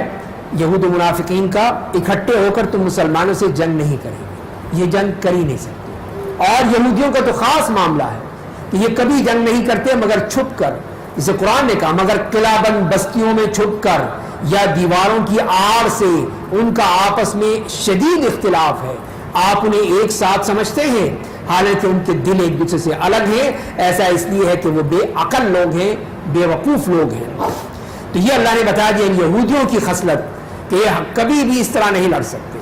آج بھی چلے جائیے آپ فلسطین دیکھ لیجیے کہ جہاں وہ اسرائیل کی باؤنڈری جو انہوں نے خود بنائی ہے بڑھاتے جا رہے ہیں فلسطینیوں کو دھکیلتے جا رہے ہیں. اس وقت 73 کی وار سے لے کر آج تک دیکھ لیجیے کہ وہ کتنا فلسطینی علاقے پہ قبضے کر کے کہاں سے کہاں پہنچ گئے ہیں. تو اس کے لیے بھی جو دیوار بنا رکھی ہے وہ 1 نہیں 2 نہیں 3 دیواریں ہیں. اس کے باوجود ان کا خوف ختم نہیں ہوتا, ڈر ختم نہیں ہوتا ان مسلمانوں سے, ان فلسطینیوں سے, کہ ان کے جو بچے ہیں نوجوان, آپ جیسے نوجوان جو ان کو پتھروں سے مارتے ہیں, غلیلوں سے مارتے ہیں صرف, اور کچھ نہیں ان کے پاس. ان کو تو اجازت ہی نہیں اسلحہ رکھنے کی, وہ تو کچھ کر ہی نہیں سکتے. تو وہ تو یہی ہے کہ وہ خاص قسم کا انہوں نے وہ بنا لیا ہے غلیل, کہ اس کو گھماتے ہیں, گھما کے سیدھا مارتے ہیں, اس کی آنکھ پہ جا کے لگتا ہے اس یہودی کی. تو یہ انہوں نے ہتھیار بنا رکھے ہیں. ان سے بھی ڈرتے ہیں, ان سے بھی خوف کھاتے ہیں, جبکہ انہوں نے اتنی دیواریں قائم کر رکھی ہیں جو پورے ان کے جہاں جہاں فلسطین اور اسرائیل کی سرحدیں ملتی ہیں. تو یہ اللہ نے بتایا ہے کہ یہ تو ان کا معاملہ ہی ایسا ہے کہ یہ اس طرح بند ہو کے لڑنے میں اچھا لگتے ہیں, اس لیے کہ ڈرپوک ہیں, بزدل ہیں. تو اسی لیے یہ منافقین کے ساتھ ان کو مزہ آ رہا تھا کہ ان کے ساتھ مل کر مسلمانوں کو تنگ کریں گے. اور وہ بھی انہی یہود بنی قینقاع کی طرح ہیں جو ان سے کچھ ہی مدت پہلے اپنے برے کرتوتوں کا مذاق چکھ چکے ہیں. جیسے میں نے عرض کیا کہ انہوں نے وہ اس عورت کی بے حرمتی کی تھی, تو اللہ نے حکم دیا کہ آپ ان کو بھی نکال, سب کو نکال باہر کیا, سب دفعہ ہو. اسی طرح ان کو بنی نویر کو بھی کیا گیا. وہ لوگ شیطان کے مانند ہیں کہ جب اس نے انسان سے کہا کہ کفر کرو, جب اس نے کفر کیا تو کہا میں تم سے بری ہوں, میرا کوئی تعلق نہیں ہے, میں بے شک اللہ رب العالمین سے ڈرتا ہوں. چنانچہ ان دونوں کا انجام یہ ہوا کہ دونوں ہی جہنم رسید ہوئے, وہاں وہ ہمیشہ رہیں گے, اور ظالموں کی یہی سزا ہے. تو اللہ تعالیٰ نے بتا دیا کہ منافقین کا معاملہ کیا ہے. یہ شیطان کی طرح, کہ شیطان کا کام کیا ہوتا ہے کہ وہ انسان کو برگلاتا ہے, بہکاتا ہے, لے جاتا ہے, اور جب وہ مصیبت میں پھنس جاتا ہے, گڑھے میں گرنے لگتا ہے, کہتا ہے بس اب ہور چوپو, میں جا رہا ہوں, اور وہ خود وہاں سے فوراً بھاگ جاتا ہے. تو فرمائے منافقین نے بھی یہی کیا شیطان کی طرح, جسے شیطان کرتا ہے, جسے مکے والوں کو کیا, ان کو وہ لے آیا مکے سے بھگا کے, ٹھیک ہے چلو چلو چلو چلو, وہاں پہنچ گئے بدر میں. وہاں جب ان کی ٹھکائی ہوئی, اللہ تعالیٰ نے خوب ان کو مزہ چکھایا, تو شیطان نے کہا کہ اب میں تو جا رہا ہوں, میں جا رہا ہوں, مجھے جو میں دیکھ رہا ہوں وہ تم نہیں دیکھ رہے, اور میرا کوئی معاملہ نہیں, مجھے اللہ سے ڈر لگ رہا ہے. اب کہہ رہا ہے اللہ سے ڈر لگ رہا ہے. یہاں پر بھی یہی فرمایا کہ اب یہ کہتا ہے مجھے اللہ سے ڈر لگ رہا ہے. تو یہی منافقین کا معاملہ ہے کہ وہ ان کو لے کر آئے, یہودیوں سے پہلے تو کہتے رہے کہ ہم تمہارے ساتھ ہیں, ہم تمہارے ساتھ ہیں, اور جب مسلمانوں نے محاصرہ کر لیا تو اب کہتے ہیں کہ جاؤ بھگتو, ہمارے پاس کچھ نہیں ہے. تو فرمایا کہ دونوں کا حشر بہت برا ہو, ان منافقین کا بھی اور اس شیطان کا بھی. اور اس کے بعد پھر اللہ تعالیٰ نے آخر میں جو چیزیں بیان کی ہیں اس میں خاص طور پہ قیامت کے حوالے سے کہ اے ایمان والو اللہ سے ڈرو, ہر آدمی دیکھ لے کہ اس نے کل یعنی روز قیامت کے لیے کیا تیاری کی ہے, کچھ کیا بھی ہے یا نہیں کیا, یا صرف وہ باتیں ہی بناتے رہے منافقین کی طرح. تو تم نے عملاً کیا کیا ہے, یہ اللہ تعالیٰ کہہ رہا ہے کہ یہ دیکھو کہ کل کے لیے کچھ تیاری ہے یا نہیں ہے.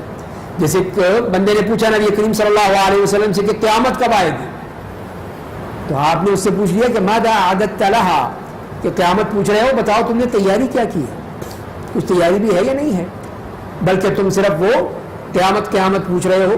نہیں, یہی یہاں پہ اللہ تعالیٰ نے فرمایا کہ بتاؤ کہ تم نے کل کے لیے کیا کیا ہے, کچھ ہے بھی پلے یا خالی ہاتھ ہی جاؤ گے.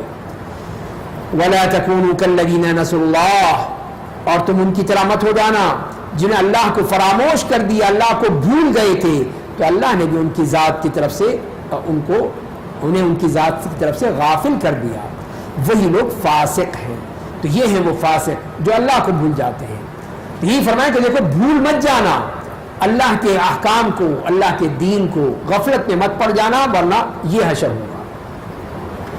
اہل جہنم اور اہل جنت برابر نہیں ہو سکتے, اہل جنت ہی کامیاب لوگ ہیں. یہ فرق ہے کہ وہ جہنمی شیطان کی حزب الشیطان, یہ حزب اللہ, تو یہ برابر کیسے ہو سکتے.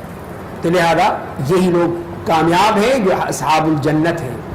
اور اس قرآن کے بارے میں فرمایا اگر ہم اس قرآن کو کسی پہاڑ پر اتار دیتے تو آپ اسے اللہ کے حضور جھکا ہوا اور اس کے خوف سے پھٹا ہوا پاتے. اور ہم یہ مثالیں انسانوں کے اس لیے بیان کرتے ہیں کہ وہ غور و فکر کریں.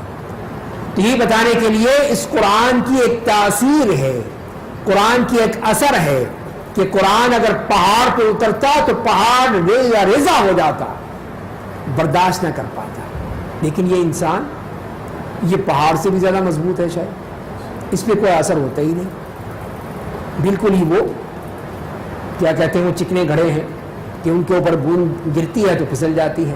تو یہ ہے ہمارا معاملہ کہ ہم انسانوں کا، ہم مسلمانوں کا، کہ قرآن پڑھا جاتا ہے ہم پہ کوئی اثر نہیں ہوتا، اور اگر اسی لیے فرمایا جا رہا ہے اگر وہ پہاڑ پہ بھی ہوتا تو پہاڑ ریزہ ریزہ ہو جاتا، اللہ کے ڈر سے، اللہ کے خوف سے، اس کی خشیت سے، اور وہ باقی نہ رہتا۔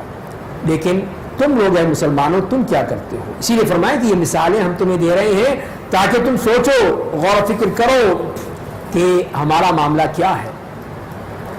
اور اس کے بعد اللہ تعالیٰ کے اسماء حسنہ بیان کیے گئے ہیں، اسی کی عظمت اور کبریائی بیان کرنے کے لیے کہ وہ اللہ ہے جس کے سوا کوئی معبود نہیں، وہ غائب و حاضر ہر چیز کا جاننے والا ہے، وہ نہایت مہربان بے حد رحم کرنے والا ہے، وہ اللہ ہے جس کے سوا کوئی معبود نہیں، وہ شہنشاہ ہے، ہر عیب سے پاک ہے، سلامتی دینے والا، امن و سکون عطا کرنے والا، سب کا نگہبان، زبردست، ہر چیز پر غالب، شان کبریائی والا ہے۔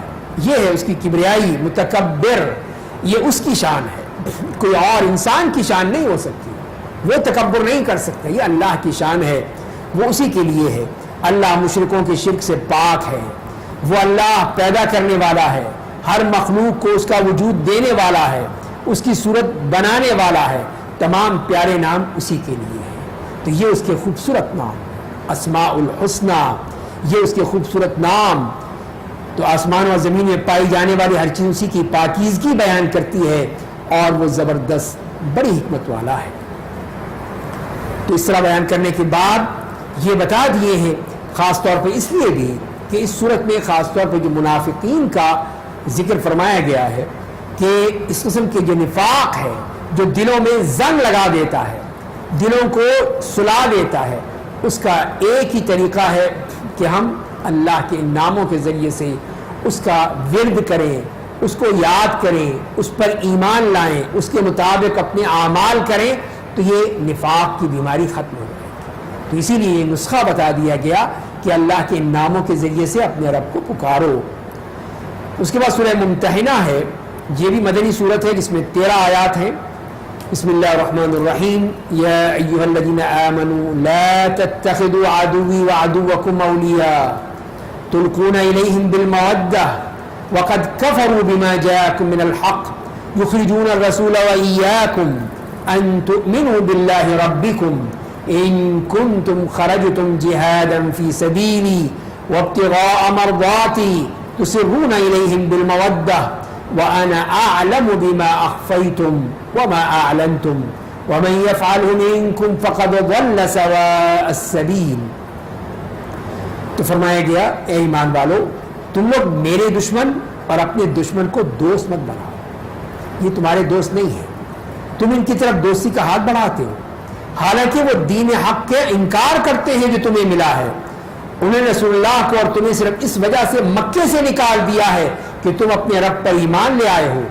اگر تم میری راہ میں جہاد کرنے اور میری خوشنودی حاصل کرنے کے لیے اپنے شہر سے نکلے ہو تو پھر ان سے چپکے چپکے دوستی کیوں کرتے ہو؟ کیوں تم نے یہ دوستیاں بنا رکھی ہیں؟ میں تو وہ سب کچھ جانتا ہوں جو تم چھپاتے ہو اور جو ظاہر کرتے ہو، اور تم میں سے جو کوئی ایسا کرتا ہے وہ اللہ کی سیدھی راہ سے بھٹک جاتا ہے۔ تو یہ معاملہ کیا ہے؟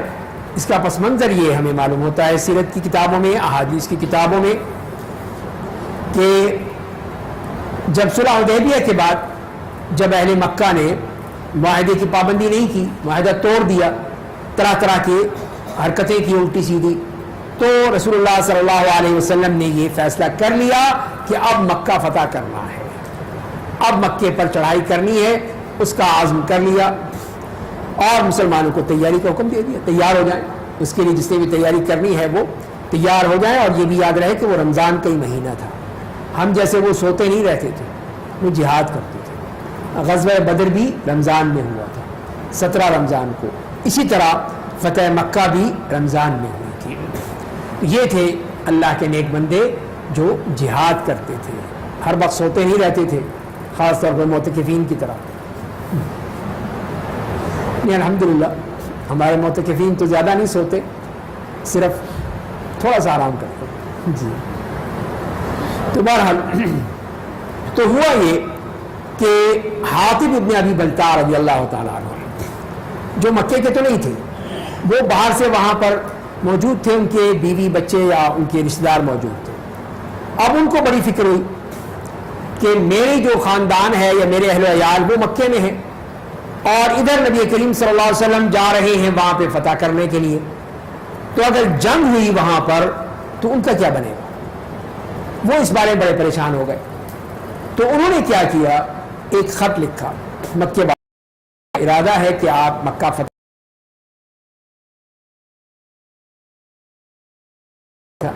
کہ تم اس ایک طرح سے وہ احسان کرنا چاہ رہے تھے کہ ان پر یہ احسان کر دیں کہ دیکھو میں نے تمہیں بتا دیا تھا، تو اس کے بدلے میں تم میرے بچوں کا خیال رکھنا، بس یہ اصل مقصد تھا ان کا. تو ادھر انہوں نے ایک عورت کو دیا کہ تم لے جاؤ اور جا کے تم مکے میں فلاں بندے کو دے دینا. تو اللہ تعالیٰ نے پھر نبی کریم صلی اللہ علیہ وسلم کو بتا دیا کہ آپ کا جو راز ہے وہ فاش ہونے والا ہے اور آپ کی اطلاع وہاں پہنچ رہی ہے. تو آپ نے پھر کچھ صحابہ کرام، حضرت علی تھے، حضرت زبیر، حضرت ابو مرثد، ان تینوں کو کہا کہ جاؤ جا کے فلاں جگہ پر، روضہ خاخ ایک جگہ تھی، وہاں پہ ایک عورت جا رہی ہے، اونٹ کے اوپر سوار ہے، اس کے پاس ایک خط ہے، وہ لے کر آؤ. تو یہ تینوں صحابہ جو ہیں پھر فوراً، ظاہر کے گھڑ سوار تھے، وہ انتہائی برق رفتاری سے پہنچے اور اسی جگہ پہ اسی مقام پہ اس عورت کو پکڑ لیا کہ نکال وہ خط کہاں ہے. میرے پاس تو نہیں ہے، میں تو نہیں، میرے پاس کچھ نہیں ہے. جب جھوٹ بول دیا، صاف انکار کر دیا. تو انہیں صاف کہہ دیا کہ ہو ہی نہیں سکتا، یہ رسول اللہ نے بتایا ہے اور ان کی خبر جھوٹی نہیں ہوتی ہے، وحی سے آتی ہے، تو لہذا تجھے دینا پڑے گا. نہیں دے گی تو پھر ہم تیرے کپڑے بھی نہیں چھوڑیں گے، بالکل ہی ہم پوری تلاشی لیں گے. پھر تو عورت ہے اس لیے ہم چھوڑ رہے تجھے. تو آخر جب دیکھا کہ یہ تو واقعی چھوڑنے والے نہیں ہیں، تو اس نے اپنے بالوں میں اس نے خط چھپا رکھا تھا، وہ نکال کے ان کو دیا، یہ ہے. اور پھر وہ خط لے کر آئے اور اس میں پھر یہی تھا حاطب ابن ابی بلتع کی طرف سے، اور ان کو بتایا جا رہا تھا کہ رسول اللہ صلی اللہ علیہ وسلم جو ہے وہ مکہ کی طرف قصد کرنے والے ہیں. تو آپ نے بلایا حاطب رضی اللہ تعالیٰ عنہ کو، بھئی یہ کیا ہے؟ تو آپ نے کہا کہ رسول اللہ آپ جلدی مت کیجیے، میری بات سن لیجیے.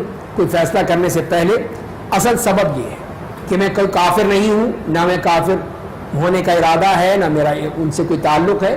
یہ صرف اتنی سی بات تھی کہ میرے بچے، میرے خاندان وہاں پر موجود ہے مکے میں، میں یہ چاہتا تھا کہ ان پر احسان کر دوں تاکہ وہ میرے بچوں کا خیال رکھیں. جنگ ہوگی، پتہ نہیں کیا حالات ہوں گے، تو اسی لیے میں نے صرف کیا تھا.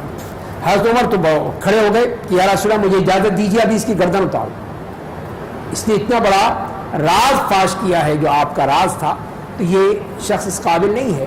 تو آپ نے فرمایا کہ نہیں عمر، یہ بدری صحابی ہیں، غزوہ بدر والے ہیں، اور ان کے بارے میں اللہ نے کہہ دیا ہے کہ اعملوا ما شئتم فقد غفرت لکم، کہ تم جو مرضی کرو میں نے تمہارے سارے گناہ معاف کر دیے. تو یہ تو بدری ہے، تو لہذا تم کیوں اس کو اس طرح کرتے ہو؟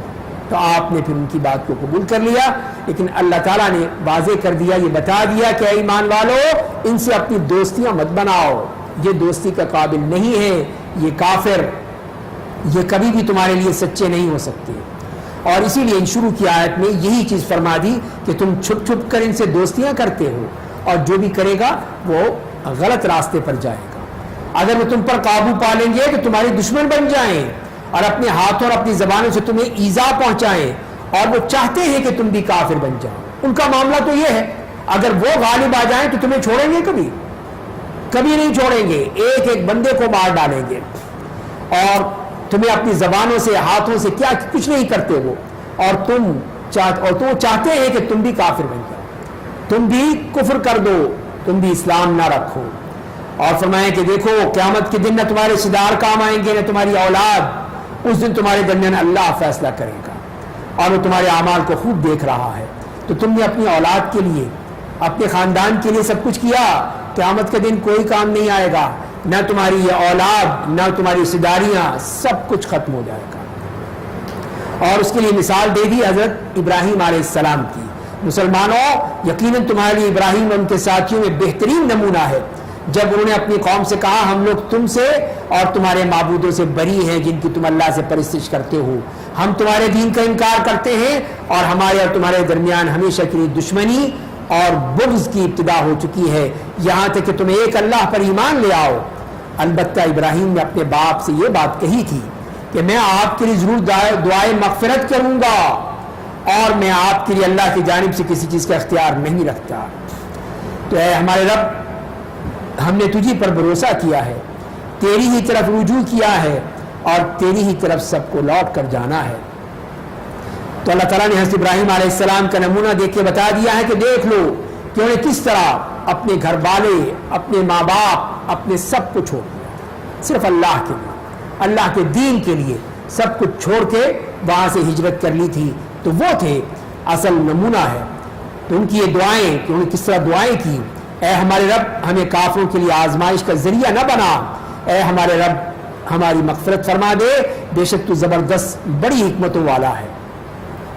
تو مسلمانوں، یقیناً وہ لوگ یعنی ابراہیم اور اس کے ساتھی تم میں سے ان لوگوں کے لیے اچھا نمونہ ہے جو اللہ کی ملاقات اور روز آخرت کی امید رکھتے ہیں، اور جو شخص منہ پھیر لے گا بے شک اللہ بڑا بے نیاز تمام تعریفوں کا سزاوار ہے۔ امید ہے کہ اللہ تمہارے ان کے درمیان دوستی پیدا کر دے جن سے تمہاری دشمنی رہی ہے، اور اللہ بڑی قدرت والا، اللہ بڑی مغفرت کرنے والا ہے، بے حد رحم کرنے والا ہے۔ تو یہاں پر بھی وہی بات فرمائی گئی کہ یہ ہے اسوہ حسنہ، یہ حضرت ابراہیم علیہ السلام کا نمونہ جو کہ اللہ اور قیامت کے دن چاہتے تھے، اور جو ان سے دوستی کرے گا وہ ہے اصل اللہ کا بندہ، اور جو ان کافروں سے دوستی کرے گا وہی ظاہر ہے کہ پچھتائے گا۔ اور اس کے بعد پھر اللہ تعالیٰ نے ہماری مسلمانوں کی خارجہ پالیسی بھی بیان کر دی کہ اس میں تم نے کس سے دوستی کرنی ہے، کس سے نہیں کرنی۔ فرمایا کہ اللہ تمہیں ان لوگوں کے ساتھ حسن سلوک اور انصاف کرنے سے نہیں روکتا جن لوگوں نے دین کے بارے میں تم سے جنگ نہیں کی، تمہیں تمہارے گھروں سے نہیں نکالا، بے شک اللہ انصاف کرنے والوں کو پسند کرتا ہے۔ تو اب ظاہر ہے کہ جس نے تم سے جنگ نہیں کی تو تم کیوں جنگ کرتے ہو ان سے؟ تمہیں تمہارے گھر سے نہیں نکالا مکے سے تو پھر تم بھی مت نکالو، تم بھی ان سے دشمنی مت کرو۔ تو یہ ہے کہ جو ہم سے لڑے گا وہ ہے ہمارا دشمن، جو ہم سے نہیں لڑ رہا اس سے لڑنے کی کیا ضرورت ہے؟ اور کس سے لڑنا ہے اس کا بتا دیا۔ اللہ تمہیں ان کے ساتھ دوستی کرنے سے منع فرماتا ہے جنہوں نے تم سے دین کے معاملے میں جنگ کی، تمہارے دشمن ہیں، تمہیں تمہارے گھروں سے نکالا، تمہیں شہر بدر کرنے میں تمہارے دشمنوں کی مدد کی، جو ان سے دوستی کرے گا وہی لوگ ظالم ہیں۔ یہ ہے وہ لوگ، ان سے تمہاری دشمنی ہونی چاہیے، ان سے کوئی دوستی نہیں چل سکتی، دوستی نہیں ہو سکتی۔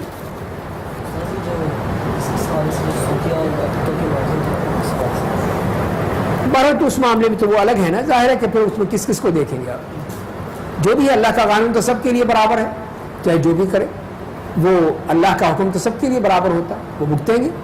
اگر انہوں نے غلط کیا ہے اور غلط طریقے سے کیے ان دشمنوں سے تو پھر اللہ کے ہاں تو ایک ہی قانون ہے سب کے لیے، چاہے وہ کوئی بھی ہو۔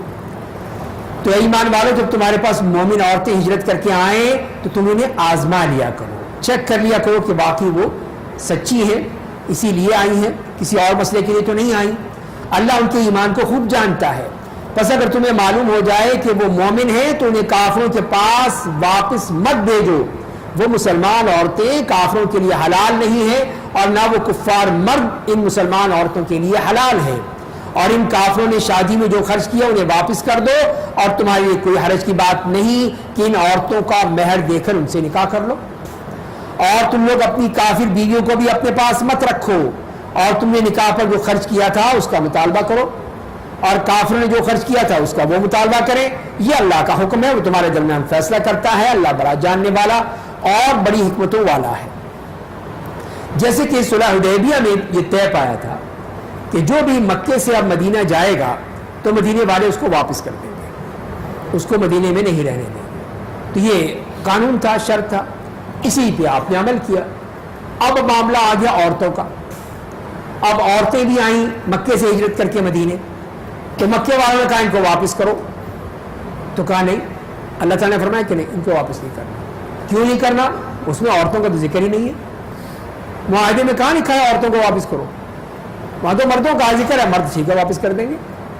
اسی لیے اللہ تعالیٰ نے یہ حکم دے دیا کہ دیکھو اگر کوئی عورت آتی ہے تمہارے پاس، ہے کہ یعنی کمزور مخلوق ہے اللہ کی، اب وہ تو نہیں بیچاری وہ دھکے کھاتی پھرے کہاں جاتی. مردوں نے جو مقابلہ کیا، اب جو مرد تھے انہوں نے کیا کیا کہ جو بھی مدینے سے مکے سے جاتا مدینے والے کہتے واپس جاؤ. انہوں نے جا کے ساحل سمندر کے پاس ایک اپنا مورچہ بنا لیا، وہاں سب ہو گیا. اب جو بھی جاتا وہ وہیں پہ آ جاتا. وہاں انہوں نے کیا کیا، وہاں انہوں نے گوریلا وار شروع کر دی کہ جو بھی اب قافلہ آئے گا مکے والوں کا پکڑ لو اس کو. اب مکے والے پریشان ہو گئے، یہ کیا مصیبت آ گئی. تو انہوں نے کہا کہ اب یہ ہم اس سے وڈرا کرتے ہیں، ہم اس سے وڈرا کرتے ہیں کہ اب جو آئے بس ٹھیک ہے لے لیں آپ. تو ان کو مجبور ہونا پڑا. تو یہ ہے مسلمان. دیکھیں مرد تھے نا، تو انہوں نے کہا کہ ہم تو مقابلہ کریں گے، چھوڑیں گے نہیں ان کو. ٹھیک ہے مسلمان نہیں دیتے تو ایک معاہدہ ہے، معاہدے کی وجہ سے، لیکن ان کافروں کے پاس نہیں جائیں گے واپس مکے، ہم ان کو وجہ چکھائیں گے. اب انہوں نے یہی کیا کہ ان کے قافلوں کو انہوں نے جانے نہیں دیا، جہاں کوئی قافلہ آیا پکڑ لیا اس کو. تو اسی لیے یہ ہو گئے. اب عورتوں کا معاملہ جو ہوا تو اللہ تعالیٰ نے صاف فرما دیا کہ اب مسلمان عورتوں میں سے کوئی بھی واپس مکے نہیں جائے گی. تو کتنی ہی صحابیات تھیں، مسلمان عورتیں تھیں جو ہجرت کر کے مدینہ آ گئیں. تو اب یہ واپس آ گئیں. بعض کے آئے بھائی لینے آئے، ام کلثوم تھی، ان کے دو بھائی عمار اور ولید اس غرض سے آئے کہ ہماری بہن کو واپس کرو دو. تو کہا کہ نہیں ہم نہیں واپس کریں گے. اسی لیے فرمایا کہ یہ لوگ جو مسلمان ہو چکی ہیں اب وہ مشرکین کے لیے حلال نہیں ہیں، اور نہ ہی وہ لوگ ان کے لیے حلال ہیں، وہ مرد ان عورتوں کے لیے، نہ یہ عورتیں مردوں کے لیے. اور پھر کیا کریں؟ تو فرمایا کہ جو انہوں نے اگر ان کے مہر تھے یا خرچہ تھا وہ واپس کر دو. تم لوگ یہاں شادی کرو ان عورتوں سے، تم کرو یہاں سے، ان کو رکھو اپنے گھر میں آباد کرو، شادیاں کرو، اور ان کا مہر ان کا واپس کر دو مکے والوں کا، کافروں کا. تو دونوں طرح سے جو مسلمان ہو گئی تھیں ان کے شوہر کافر تھے تو ان کو مہر دے.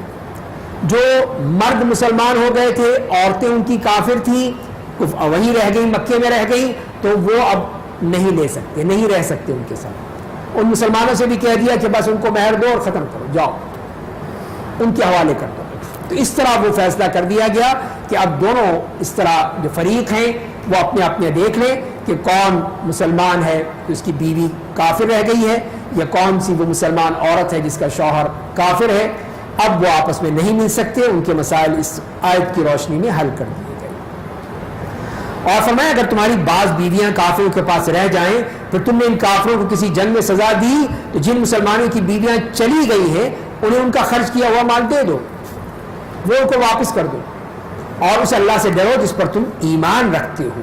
تو یہ اللہ تعالیٰ کی طرف سے ہے کہ ان سے تمہارا کوئی تعلق نہیں رہنا چاہیے، نہ مالی طور پر نہ معاشرتی طور پر کوئی تعلق نہیں ہے. اور پھر جو مسلمان عورتیں آتی ہیں ان سے آپ بیعت لیتے تھے، تو ان کے بارے میں فرمایا کہ میرے نبی اگر آپ کے پاس مومن عورتیں آپ سے اس بات پر بیعت کرنے کے لیے آئیں کہ وہ اللہ کے ساتھ کسی چیز کو شریک نہیں بنائیں گی، پہلی شرط کوئی شرک نہیں کریں گی، چوری نہیں کریں گی، بدکاری نہیں کریں گی، اپنی اولاد کو قتل نہیں کریں گی جسے جاہلیت میں کیا کرتی تھی، اور اپنے ہاتھوں اور پاؤں کے درمیان گھڑا ہوا کوئی برائی کے کام میں آپ کی نافرمانی نہیں کی. اور یہ خواتین تھی اور آپ ہاتھ نہیں لگاتے تھے، صرف زبانی ہی بیعت ہوتی تھی ان خواتین سے. اور اس کے بعد فرمایا ایمان والو اس قوم سے دوستی مت کرو جس سے اللہ ناراض ہے. وہ لوگ آخرت کی امید اس طرح سے نا امید ہیں آخرت سے جس طرح اہل کفر قبر میں مدفون مردوں کے زندہ ہونے سے نا امید ہیں. جیسے یہ لوگ نا امید ہیں کہ کوئی زندہ نہیں ہوگا، اسی طرح یہ لوگ بھی جو یہودی ہیں یہ اللہ کی آخرت سے مایوس ہیں. تو لہذا ان سے دوستی کرتے ہو تم، ان سے دوستیاں مت کرو، ان کے قریب مت جاؤ. اس کے بعد سورہ صف ہے. سورہ صف بھی مدنی صورت ہے اور اس میں 14 آیات ہیں. بسم اللہ الرحمن الرحیم. سبح للہ ما فی السماوات و ما فی الارض وهو العزیز الحکیم. آسمان اور زمین میں جتنی چیزیں ہیں سب اللہ کی تسبیح بیان کرتی ہیں اور وہ زبردست بڑی حکمتوں والا ہے. اے ایمان والو تم ایسی بات کیوں کہتے ہو جس پر خود عمل نہیں کرتے؟ یہ بات اللہ کو بہت ہی زیادہ ناپسند ہے کہ تم وہ بات کہو جس پر تم خود عمل نہیں کرتے ہو.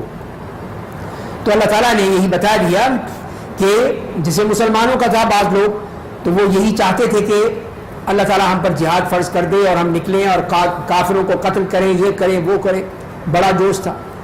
اور جب وہ آیات نازل ہو گئی، جہاد کا حکم آ گیا، اب گھبرا گئے، اب کیا کریں، اب تو مارے جائیں گے، اب تو جان کی فکر پڑ گئی، اب تو لڑنا پڑے گا، موت آئے گی، اب کیا ہوگا. تو یہ اللہ نے کہا کہ دیکھو یہ کیا بات ہے، پہلے کچھ کہہ رہے تھے، اب جب عمل کا آیا تو اب پریشان ہو گئے کہ اب کیا کریں ہم. تو یہ غلط بات ہے کہ تم کہتے کچھ ہو کرتے کچھ ہو. یہ دوغلا پن جو ہے یہ اللہ کو پسند نہیں ہے. اور اللہ کو کیا پسند ہے؟ بے شک اللہ ان لوگوں کو پسند کرتا ہے جو اس کی راہ میں ایک صف بنا کر اس طرح جہاد کرتے ہیں جیسے وہ سیسا پلائی ہوئی دیوار ہے. یہ ہے ایک مسلمان، مسلمانوں کی جماعت، سیسا پلائی ہوئی دیوار جس میں کوئی رخنا نہ ڈال سکے. اور جب موسیٰ نے اپنی قوم سے کہا میری قوم کے لوگوں تم کیوں مجھے ایذا پہنچاتے رہتے ہو، کیوں مجھے تنگ کرتے ہو، حالانکہ تم جانتے ہو کہ میں تمہارے لیے اللہ کا رسول بنا کر بھیجا گیا ہوں. بس جب انہوں نے ٹیڑھ اختیار کی، ٹیڑھے بن گئے، تو اللہ نے ان کے دلوں کو اور ٹیڑھا کر دیا اور ان کے لیے جہنم پکی کر دی. اللہ فاسق قوم کو ہدایت نہیں دیتا ہے. وَإِذْ قَالَ عِيسَى ابْنُ مَرْيَمَ يَا بَنِي إِسْرَائِيلَ، اور جب عیسیٰ ابن مریم نے کہا ہے بنی اسرائیل میں تمہارے اللہ کا رسول بنا کر بھیجا گیا ہوں، تو عیسیٰ علیہ السلام نے نہیں کہا کہ اے میری قوم، بلکہ کہا ہے بنی اسرائیل، اس لیے کہ وہ بنی اسرائیل میں سے تھے ہی نہیں، ان کا باپ تھوڑی تھا، اس لیے نے بنی اسرائیل کہا. یہ نہیں کہا کہ اے میری قوم، اس قوم سے تعلق ہی نہیں تھا ان کا. میں تمہارے لیے اللہ کا رسول بنا کر بھیجا گیا ہوں، مجھ سے پہلے جو تورات آ چکی ہے اس کی تصدیق کرتا ہوں اور ایک رسول کی خوشخبری دیتا ہوں جو میرے بعد آئے گا. اس کا نام کیا ہوگا؟ احمد. احمد اس کا نام ہوگا. بس جب عیسیٰ بنی اسرائیل کے پاس کھلی نشانیاں لے کر آئے تو انہوں نے کہا یہ تو کھلا جادو ہے. تو یہ حضرت عیسیٰ علیہ السلام جو بشارت لے کر آئے تھے، نبی کریم صلی اللہ علیہ وسلم کی بشارت، اور تورات میں انجیل میں یہ بشارتیں موجود ہیں لیکن یہ نہیں مانتے. اسی لیے یہاں پر قرآن نے بتا دیا کہ حضرت عیسیٰ علیہ السلام نے بشارت دی تھی.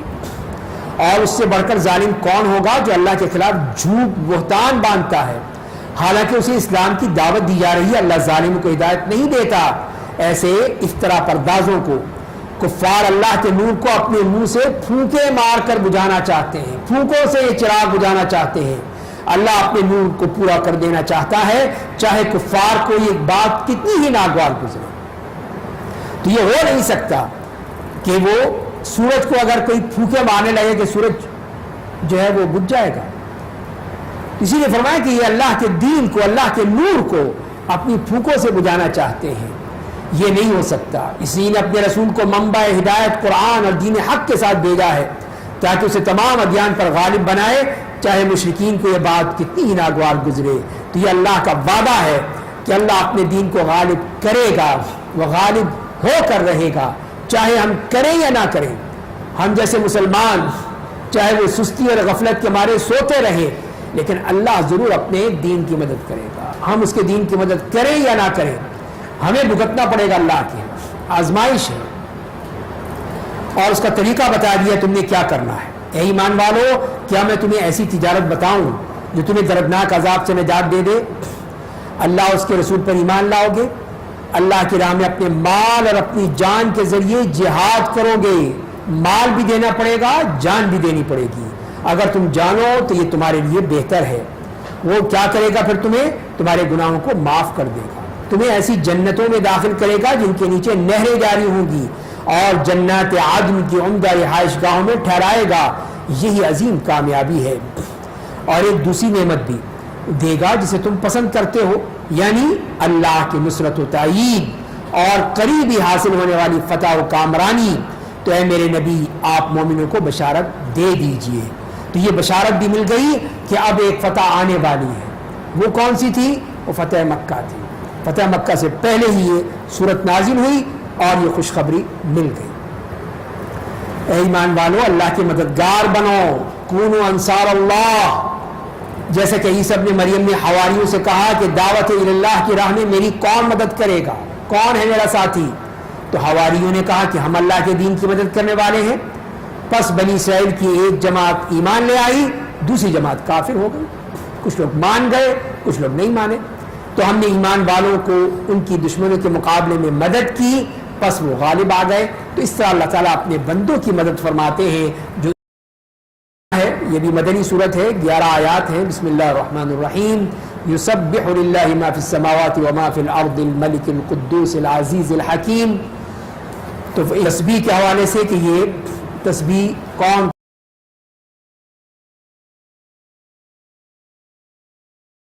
رسول بھیجا ہے تو انہیں ان کی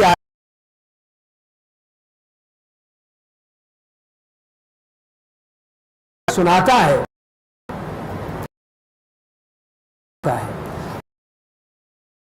یہی امی لوگ ہیں عرب جو لکھنا پڑھنا نہیں جانتے تھے. یہی اللہ کی حکمت تھی. اگر لکھنا پڑھنا جانتے ہوتے رسول اللہ تو پھر یہ سب یہی کہتے یہ دیکھو کہیں سے لکھ کر لایا ہے, کہیں سے پڑھ کر آیا ہے, یہ سب کچھ اس نے وہاں سے سیکھا ہے. تو اسی لیے اللہ تعالیٰ نے امی بنایا. اسی بات کا کہ جو کچھ بھی ہے پھر اللہ کی طرف سے جو آئے گا وہی آگے چلے گا, اس میں کسی اور کی ملاوٹ ہو ہی نہیں سکتی. تو کیا بات ہے پھر ان کے لیے 4 چیزیں ہیں کہ وہ قرآن کی آیات پڑھ کر سنائیں گے ان کو تلاوت قرآن, یہ پہلا ان کا فرض. دوسری بات تزکیہ, ان کا تزکیہ کریں گے, جاہلیت کی تمام جو چیزیں ہیں سب سے ان کو پاک کر دیں گے. تیسری چیز قرآن و سنت کی تعلیم, قرآن کی تعلیم اور سنت کی تعلیم. اس طرح یہ 4 چیزیں ہیں جو رسول اللہ کا اصل مشن تھا, آپ کا عمل تھا, آپ کی ڈیوٹیز تھیں جو آپ نے کر دی. اللہ نے اس نبی کے ان میں سے دوسرے لوگوں کو بھی بھیجا جو اب تک عرب مسلمانوں سے نہیں ملے ہیں, اور وہ زبردست ہے, بڑی حکمت والا ہے. یعنی بعد میں لوگ آئے جو تابعین ہیں, تابعین ہیں, اور بعد میں اس طرح لوگ آتے چلے گئے. اور یہودیوں کی مثال دی, اور اس سے پہلے یہ فرمایا کہ یہ پیغمبر یا دین اسلام اللہ کا فضل ہے, وہ جسے چاہتا ہے نعمت دیتا ہے, اللہ عظیم فضل والا ہے. اور یہودیوں کے بارے میں فرمایا ان لوگوں کی مثال جنہیں تورات پر عمل کرنے کا حکم دیا گیا ہے, پھر انہوں نے اس پر عمل نہیں کیا, اس گدھے کی ہے جو کتابوں کا بورڈ اٹھائے پھرتا ہے. بڑی بری مثال ہے ان لوگوں کی جنہوں نے اللہ کی آیتوں کو جھٹلا دیا. اللہ ظالم دوستوں کو, قوم کو ذرائع راست پر نہیں دکھاتا ہے. تو یہ فرمائیں کہ یہ بھی جیسے گدھے پر اگر کتابیں ڈال دیں, کتابیں لاد دیں, تو وہ کوئی علامہ نہیں بن جاتا, کوئی وہ ڈاکٹر نہیں بن جاتا, وہ گدھا ہی رہے گا. تو اسی لیے فرمایا کہ یہودیوں کا یہ بھی معاملہ ہے کہ یہ کتابیں اپنی لاد لی انہوں نے. وہ سمجھتے ہیں کہ ہم بہت بڑے عالم بن گئے, بڑے علامہ دہر بن گئے اور ہمیں سب کچھ آ گیا. تو اللہ نے فرمایا کہ نہیں, یہ گدھے کے گدھے ہی رہیں گے, کوئی فائدہ نہیں ہے اس طرح ان کا. اور اس کے بعد پھر اللہ تعالیٰ نے ان کے بارے میں جہاں فرما دیا ان لوگوں کے بارے میں, اور یہ بھی کہہ دیا ان کی ہی بات کے حوالے سے کہ اے میرے نبی آپ کہہ دیجیے, اے قوم یہود, اگر تمہارا خیال ہے کہ تم لوگوں کے سوا صرف تم ہی اللہ کے دوست ہو تو اپنی موت کی تمنا کرو. ظاہر دوست کے پاس جانا ہے تو کچھ کرنا ہوگا, تو مرو, پھر مر کے پھر جاؤ اپنے دوست کے پاس. تم کہتے ہو اللہ ہمارا دوست ہے, تو پھر اگر تم اپنے دعوے میں سچے ہو, اور وہ کبھی بھی اپنے مرنے کی تمنا نہیں کریں گے, ان بدعمالیوں کے سبب جو وہ کر چکے ہیں اللہ ظالموں کو خوب جانتا ہے. تو یہ زبانی تو باتیں کرتے ہیں, لیکن اگر ان سے کہا جائے کہ ذرا پھر چلو دکھاؤ پھر, تو پھر نہیں کریں گے, اس لیے کہ موت سے ڈرتے ہیں. زندگی ان کے, جسے قرآن سورہ بقرہ میں فرمایا احرص الناس علی حیات, اپنی موت پہ سب سے زیادہ حریص ہیں, اپنی زندگی پر سب سے زیادہ حریص ہیں, مریں گے کبھی نہیں. اسی لیے فرمایا کہ یہ مرنے کی تو بات ہی نہیں کریں گے. تو اے میرے نبی آپ ان سے کہہ دیجیے بے شک وہ موت جس سے تم راہ فرار اختیار کرتے ہو تم سے ضرور آ ملے گی, پھر تم اس اللہ کی طرف لوٹا دیے جاؤ گے جو غائب و حاضر تمام باتوں کا علم رکھتا ہے. پھر وہ تمہیں ان تمام اعمال کی خبر دے گا جو تم دنیا میں کرتے رہے تھے. تو پھر موت تو آئے گی اور پھر تمہیں پتہ چلے گا. اور اس کے بعد پھر جمعے کے حوالے سے جو فرمایا گیا کہ اے ایمان والو, جمعے کے دن جب نماز کے لیے اذان دی جائے تو تم اللہ کی یاد کرنے کے لیے تیزی کے ساتھ لپکو اور خرید و فروخت چھوڑ دو, اپنے سارا کاروبار, ساری یہ لین دین سب بند کر دو. اللہ کے فضل سے یعنی روزی کی تلاش میں لگ جاؤ, اللہ کی کثرت سے یاد کرتے رہو تاکہ تم فلاح پاؤ. تو یہ ہے اللہ کا حکم کہ جب نماز کا وقت آ جائے تو پھر کوئی دکان, کوئی بازار سب بند ہو جانے چاہیے, کوئی کسی قسم کی چیز کھلی نہیں رہنی چاہیے, سب کو نماز کے لیے جانا چاہیے. اور میرے نبی جب نماز پڑھ لی جائے تو تم لوگ زمین میں پھیل جاؤ، بس چھٹی نہیں کرنی. سب چھٹی کر کے بیٹھ جاتے ہیں، جمعہ بھی، ہفتہ بھی، اتوار بھی، ساری ہم نے چھٹیاں کر دی. تو اللہ تعالیٰ کہہ رہے کوئی چھٹی نہیں ہے، نماز پڑھو پھر جاؤ جا کے دکان کھولو اپنے، اللہ کا فضل تلاش کرو، اللہ تعالیٰ دے گا تمہیں. چھٹی کہاں سے آ گئی؟ تو یہی چیز جو اللہ نے بتا دی ہے کہ اللہ کو کثرت سے یاد کرتے رہو تاکہ تم فلاح پاؤ. ارے میرے نبی، لوگ جب کوئی تجارت کا تماشا دیکھ لیتے ہیں تو اس کی طرف دوڑ پڑتے ہیں اور آپ کو ممبر پر کھڑا چھوڑ دیتے ہیں. آپ بتا دیجئے کہ اللہ کے پاس جو اجر و ثواب ہے وہ اللہ و لعب اور اس تجارت سے بہتر ہے. اللہ سب سے اچھا روزی دینے والا ہے. تو یہ شروع کا زمانہ تھا مدینے میں، ظاہر مسلمانوں کو ضرورت تھی، اسی میں ایک قافلہ آ گیا، اس میں ظاہر کی چیزیں تھیں اور مسلمانوں کو ضرورت تھی، اور آپ جمعے کا خطبہ دے رہے تھے تو سب لوگ چلے گئے، تھوڑے سے رہ گئے. اسی پہ اللہ تعالیٰ نے نوٹس لیا اس کا کہ یہ صحیح بات نہیں ہے کہ اللہ کے رسول کھڑے ہیں، خطبہ دے رہے ہیں اور تم سب بھاگ لیے دنیا کے لیے، یہ کیسے ہو سکتا ہے. اسی لیے فرمایا کہ جو اللہ کے پاس ہے وہ اس لہو و لعب سے، اس تماشے سے اور اس تجارت سے بڑھ کر ہے، بہتر ہے، اس سے کمتر نہیں ہو سکتا کہ تم اس کو چھوڑ کر جو ہے وہ سب اس طرف چلے گئے. یہ تمہیں نہیں کرنا چاہیے تھا. اس کے بعد سورۃ المنافقون مدنی سورت ہے، اس کی 11 آیات ہیں. تو یہ خاص سورت بھی اللہ نے نازل فرمائی. جیسے سورہ توبہ میں پڑھا ہم نے منافقین کے بارے میں، سورہ احزاب میں پڑھا ہم نے، اور اس طرح پھر یہاں پر بھی ان کا تذکرہ فرما دیا. بسم اللہ الرحمن الرحیم. اذا جاءك المنافقون قالوا نشهد انك لرسول اللہ.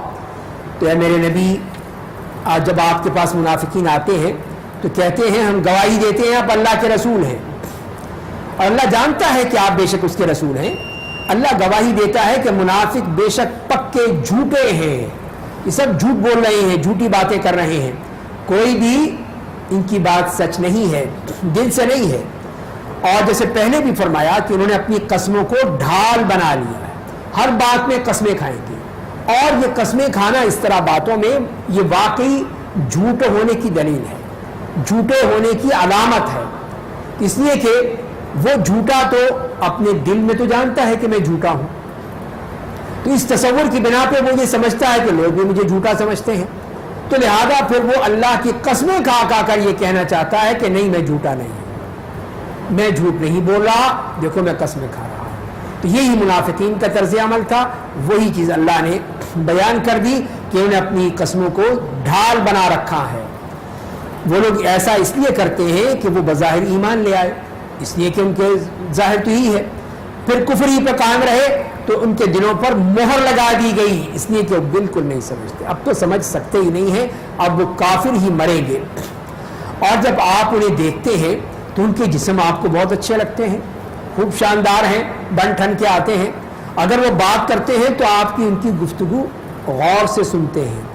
وہ تو عقل و فہم سے، خیر کی توفیق سے ایسے بہرا ہے جیسے دیوار سے ٹیک لگائی ہوئی لکڑیاں، ہر چیخ پر انہیں یہی گمان ہے کہ انہی کے خلاف ہے. وہی لوگ حقیقی دشمن ہیں. آپ ان سے بچتے رہیے، اللہ انہیں ہلاک کر دے. وہ کدھر بہ کے جا رہے ہیں؟ یہی فرمائیں کہ آپ ان کی شکل و صورت پہ مت جائیے گا، بڑے بن ٹھن کے آتے ہیں، یہ کوئی فائدہ نہیں ان کا. اور یہ اسی لیے کہ کوئی ان کو توفیق بھی نہیں ہے. یہ تو اسی لکڑی کے مانند ہے جو دیوار سے کھڑی ہے، اس کو کوئی اثر نہیں ہوتا. اسی طرح ان لوگوں کا معاملہ ہے، بالکل اسی طرح یہ لکڑیوں کے مانند ہیں، یہ بالکل ہی جمادات کی طرح ہیں، بے جان چیزوں کی طرح، کوئی اثر ہی نہیں ہے. تو اسی لیے آپ ان کو چھوڑ دیجیے. اور جب ان سے کہا جاتا ہے کہ آؤ رسول اللہ تمہارے لیے مغفرت طلب کریں تو وہ اپنے سر موڑ لیتے ہیں، اور آپ انہیں دیکھتے ہیں وہ تکبر کرتے ہوئے منہ پھیر لیتے ہیں. تکبر ان کا کہ وہ سنتے ہی نہیں ہیں، جبکہ ان سے کہا جا رہا ہے آؤ مغفرت کریں گے، نہیں ہم نہیں مانتے. تو اس لیے فرمایا کہ ان کے حق میں برابر ہے، آپ چاہے ان کے لیے مغفرت کریں یا نہ کریں، اللہ انہیں ہرگز معاف نہیں کرے. یہ ایسے بدبخت لوگ ہیں. بے شک اللہ نافرمان قوم کو راہ راست نہیں دکھاتا ہے. یہی وہ لوگ ہیں جو کہتے ہیں جو لوگ رسول اللہ کے پاس رہتے ہیں ان پر خرچ مت کرو تاکہ وہ الگ ہو جائیں، حالانکہ آسمان اور زمین کے خزانے اللہ کی ملکیت ہیں. لیکن منافقین سمجھتے نہیں ہیں کہتے ہیں اگر ہم مدینہ واپس پہنچ گئے تو زیادہ عزت والا وہاں سے زیادہ ذلت والوں کو نکال دے گا. حالانکہ عزت تو صرف اللہ کے لیے ہے, اس کے رسول کے لیے ہے, مومنوں کے لیے ہے, لیکن یہ منافق یہ بات جانتے ہی نہیں ہیں. تو یہی ان لوگوں نے جب آپ واپس آ رہے تھے ایک غزوے سے تو جھگڑا ہو گیا مہاجرین انصار کا. تو انہوں نے کہا, عبداللہ ابن ابی اور دوسرے لوگوں نے, اس سے منافقین نے جھگڑے کے بعد انصار سے کہا تھا کہ دیکھو تم لوگ ان پہ خرچ کر رہے ہو, ان کو تم نے آباد کر رکھا ہے, تم نے ان کو پیسے دے رکھے ہیں, نکالو ان کنگالوں کو, پھر دیکھو تم ان کا خرچہ بند کر دو, دیکھو سب بھاگ دیں گے. تو وہی اللہ تعالیٰ نے کہا کہ یہ دیکھو بکواس کیا کر رہے ہیں, خزانے اللہ کے پاس ہیں یا ان کے پاس ہیں, ان منافقین کے پاس ہیں؟ یہ تو سب اللہ کے پاس ہے, عزت اس کے پاس ہے. اور انہوں نے یہی کہا کہ یعنی ہم عزت والے ان ذلیلوں کو نکالیں گے. تو اللہ نے کہا کہ ذلت اور عزت اللہ کے ہاتھ میں ہے. اور کون ہے عزت والا؟ اللہ ہے, اللہ کے رسول ہیں, اور یہ مومن ہے, یہ ہے. تو عبداللہ ابن ابی نے کہا, اور ان کا بیٹا آ کے کھڑا ہو گیا وہاں پر کہ تو نے کہا ہے ذلیل, تو ذلیل تو ہے. تو جب تک کہ تو رسول اللہ کی کے لیے معافی نہیں مانگے گا میں تجھے گھسنے نہیں دوں گا. اور مدینہ جانے نہیں دیا اس نے. وہ نیک آدمی تھے, صحابی تھے, اس کے بیٹے, انہوں نے اپنے باپ کو پکڑ لیا کہ نہیں میں تجھے نہیں چھوڑوں گا. کسی نے فرمایا کہ منافقین بات نہیں جانتے. تو اب یہ کہا ایمان والوں سے کہ ایمان والو, تمہاری دولت, تمہاری اولاد تمہیں اللہ کی یاد سے غافل نہ بنا دے. اسی پیسے میں, اسی اولاد میں لگے رہو گے تو یہ غفلت کے شکار ہو جاؤ گے. جو لوگ ایسا کریں گے وہی لوگ حقیقت معنوں میں گھاٹا اٹھانے والے ہیں. اور لوگوں, ہم نے تمہیں جو روزی دی ہے اس میں سے خرچ کرو, اس سے پہلے کہ تم میں سے کسی کی موت آ جائے. مرنے سے پہلے پہلے کچھ کر لو. اگر موت آ گئی اور اس وقت کیا کرو گے؟ تو وہ کہنے لگے میرے رب تو نے کچھ مدت کے لیے میری موت ٹال کیوں نہیں دی, تھوڑا سا اور موقع دے دیتا, میں کچھ اور کر لیتا تاکہ میں خیرات کرتا, نیک لوگوں میں سے بن جاتا, بڑا ہی صالح بن جاتا. اور جب کسی شخص کی موت کا وقت آ جائے گا اسے اللہ ہرگز مہلت نہیں دے گا. اور تم جو کچھ کرتے ہو اللہ اس کی پوری خبر رکھتا ہے, اللہ کو سب کچھ معلوم ہے. اس کے بعد سورۃ تغابن ہے جو کہ مدنی سورت ہے, اس میں 18 آیات ہیں. بسم اللہ الرحمن الرحیم. یسبح للہ ما فی السماوات وما فی الارض لہ الملک ولہ الحمد وہو علی کل شیء قدیر. فرمایا کہ جتنی چیزیں آسمانوں میں ہیں, جتنی چیزیں زمین میں ہیں, سب اللہ کی پاکیزگی بیان کرتی ہیں. اسی کی سارے جہان میں بادشاہی ہے, اسی کے لیے تمام تعریفیں ہیں, اور وہ ہر چیز پر قادر ہے. اسی نے تم سب کو پیدا کیا ہے, تم میں سے بعض کافر ہیں اور بعض مومن, اور تم جو کچھ کرتے ہو اسے اللہ خوب دیکھ رہا ہے. اس نے آسمان اور زمین کو حکمت و مصلحت کے مطابق پیدا کیا ہے. اس نے تمہاری شکلیں بنائیں تو انہیں نہایت خوبصورت بنایا, اور سب کو اسی کے پاس لوٹ کر جانا ہے. جو کچھ آسمان اور زمین میں ہے وہ ان تمام کو جانتا ہے. تم جو کچھ چھپاتے ہو, جو ظاہر کرتے ہو, سب کو جانتا ہے. اللہ سینوں میں چھپی باتوں کو بھی جانتا ہے. کیا تم تک ان لوگوں کی خبریں نہیں پہنچی جنہوں نے پہلے زمانے میں کفر کیا تو انہیں اپنے کیے کی مزہ چکھ لیا, سزا مل گئی, اور آخرت میں ان کے لیے دردناک عذاب ہے. تو پہلے اللہ تعالیٰ نے اپنی قدرت اور اپنے علم کا فرمایا, اس کی وسعت کے بارے میں ذکر فرمایا, اور اس کے بعد یہ فرمایا کہ اللہ تعالیٰ نے جو آسمان اور زمین میں جو بھی مخلوقات ہیں, خاص طور پہ انسان کو, اس کو کتنی بہترین شکل و صورت میں پیدا کیا ہے. اور اس کے بعد یہ فرمایا کہ پچھلی قوموں کے حوالے سے بھی کہ ان کے ساتھ جو کچھ بھی ہوا, جو انہوں نے کیا تھا, انہوں نے اپنے کیے کا مزہ چکھ لیا. یہ اس لیے کہ ان کے پیغمبر ان کے پاس کھلی نشانیاں لے کر آئے تھے, تو وہ کہتے تھے کیا ہماری رہنمائی انسان کریں گے؟ یہ ہماری طرح کا انسان, یہی ہماری رہنمائی کرے گا؟ بس انہوں نے کفر کیا, منہ پھیر لیا, اللہ نے ان کی پرواہ نہیں کی. اللہ بڑا بے نیاز, تمام تعریفوں کا سزاوار ہے. کفار یہ سمجھتے ہیں کہ وہ زندہ کر کے دوبارہ اٹھائے نہیں جائیں گے, اس بات کو مانتے ہی نہیں تھے. آپ کہہ دیجئے کہ ہاں میرے رب کی قسم تم ضرور اٹھائے جاؤ گے, پھر تمہیں تمہارے اعمال کی ضرور تمہیں خبر دی جائے گی. اور ایسا کرنا اللہ کے لیے کوئی مشکل نہیں ہے, وہ تم سب کو زندہ کر دے گا, دوبارہ پیدا کر دے گا. تم ایمان لاؤ اللہ پر, اس کے رسول پر, اس نور پر جسے ہم نے نازل کیا ہے, قرآن. اللہ تمہارے اعمال سے پوری طرح باخبر ہے. جس دن وہ تم سب کو جمع ہونے کے دن جمع کرے گا, یعنی وہ قیامت کا دن, وہ ہار جیت کا دن ہوگا. اور جو شخص اللہ پر ایمان لائے گا اور عمل صالح کرے گا, اللہ اس کے گناہوں کو معاف کر دے گا. اور اسے ایسی جنتوں میں داخل کرے گا جن کے نیچے نہریں جاری ہوں گی، ان جنتوں میں وہ ہمیشہ رہیں گے۔ یہی عظیم کامیابی ہے۔ اور جن لوگوں نے کفر کیا، ہماری آیتوں کو جھٹلایا، وہی لوگ جہنمی ہوں گے، وہ جہنم میں ہمیشہ رہیں گے اور وہ بہت برا ٹھکانہ ہے۔ ما اصاب من مصیبت الا باذن اللہ، آدمی کو کوئی مصیبت اللہ کے حکم کے بغیر نہیں پہنچتی، اور جو شخص اللہ پر ایمان رکھتا ہے اللہ اس کے دل کو صبر و استقامت کی راہ دکھاتا ہے۔ اللہ ہر چیز کا پورا علم رکھتا ہے۔ تو اللہ کی اطاعت کا یہ فائدہ یہ ہوتا ہے کہ اللہ تعالیٰ اس کو صبر و استقامت عطا فرماتے ہیں، اس کے دل کو مضبوط کرتے ہیں۔ تو اے لوگو، تم اللہ کی اطاعت کرو اور رسول کی اطاعت کرو، اور اگر تم منہ پھیر لو گے تو ہمارے رسول کی ذمہ داری تو صرف یہ ہے کہ وہ دین اسلام کو پوری صراحت کے ساتھ پہنچا دیں، صرف ان کا کام یہ ہے۔ باقی انہوں نے جو بتا دیا ہے تمہیں اس کو ماننا ہوگا، اس کی اطاعت کرنی ہوگی۔ اے ایمان اللہ کے سوا کوئی معبود نہیں، اور مومنوں کو صرف اللہ پر بھروسہ کرنا چاہیے۔ تو اے ایمان والو، بے شک تمہاری بیویوں اور تمہاری اولاد میں سے بعض تمہارے دشمن ہیں، پس تم ان سے بچ کے رہو۔ اگر تم معاف کر دو گے، درگزر کرو گے، بخش دو گے تو بے شک اللہ بخشنے والا، بڑا بے رحم کرنے والا ہے۔ تو یہاں پر بھی یہی بات بتائی گئی ہے اس معاملے میں کہ جیسے کہ مکے کے بعد افراد اس ہجرت کرنے کی نیت کی، انہوں نے ہجرت کریں گے، لیکن کہیں بچوں کا معاملہ آ گیا، بیوی کا معاملہ آ گیا، دوسرے معاملے آ گئے، ہجرت نہیں کر سکے۔ تو یہ اللہ نے فرمایا کہ تمہارے یہ بیوی بچے یہ تمہارے کام نہیں آئیں گے، اللہ کے ہاں یہ تمہارے خلاف مسئلہ بن جائے گا، یہ تمہارے دشمن ہیں، تمہیں جو نیک کام کرنے نہیں دیتے، تمہیں ہجرت کرنے ہی نہیں دیتے، تو یہ تو تمہارے دشمن ہیں۔ لیکن پھر بھی چلو معاف کر دو، عفو درگزر کا طریقہ رکھو، اور پھر بتا دیا، پھر یہی کہا کہ انما اموالکم واولادکم فتنہ، اور جان لو کہ تمہاری دولت، تمہاری اولاد ایک آزمائش ہے۔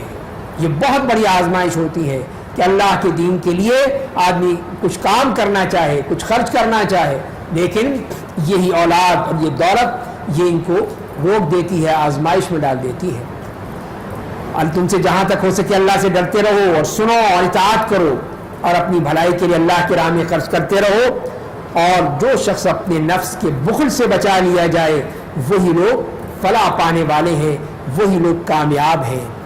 اور اگر تم اللہ کو اچھا قرض دو گے تو اسے تمہارے لیے کئی گنا بڑھا دے گا، تمہیں بخش دے گا، تمہارا یہ قرض جو ہے وہ بما سود تمہیں واپس کرے گا۔ یہ اللہ کا سود ہے جو جائز ہے، تو وہ اللہ تعالیٰ تمہیں دے گا، اور اسی لیے فرمایا ہے کہ وہ بڑھ چڑھ کے دے گا، کئی گنا دے گا۔ لیکن تم خرچ تو کرو، نکالو تو صحیح اپنی جیب سے۔ اللہ بڑا قدر والا ہے، بڑا بردبار ہے، قدر کرتا ہے اپنے بندوں کی ان اعمال کی، غائب و حاضر کا علم رکھنے والا ہے، زبردست ہے، بڑی حکمت والا ہے۔ تو یہاں یہ سورہ مکمل ہوتی ہے۔ کل انشاءاللہ سورہ طلاق سے شروع کریں گے۔ اللہ تعالی ہمیں قرآن کو سمجھنے اور عمل کرنے کی توفیق عطا فرمائے۔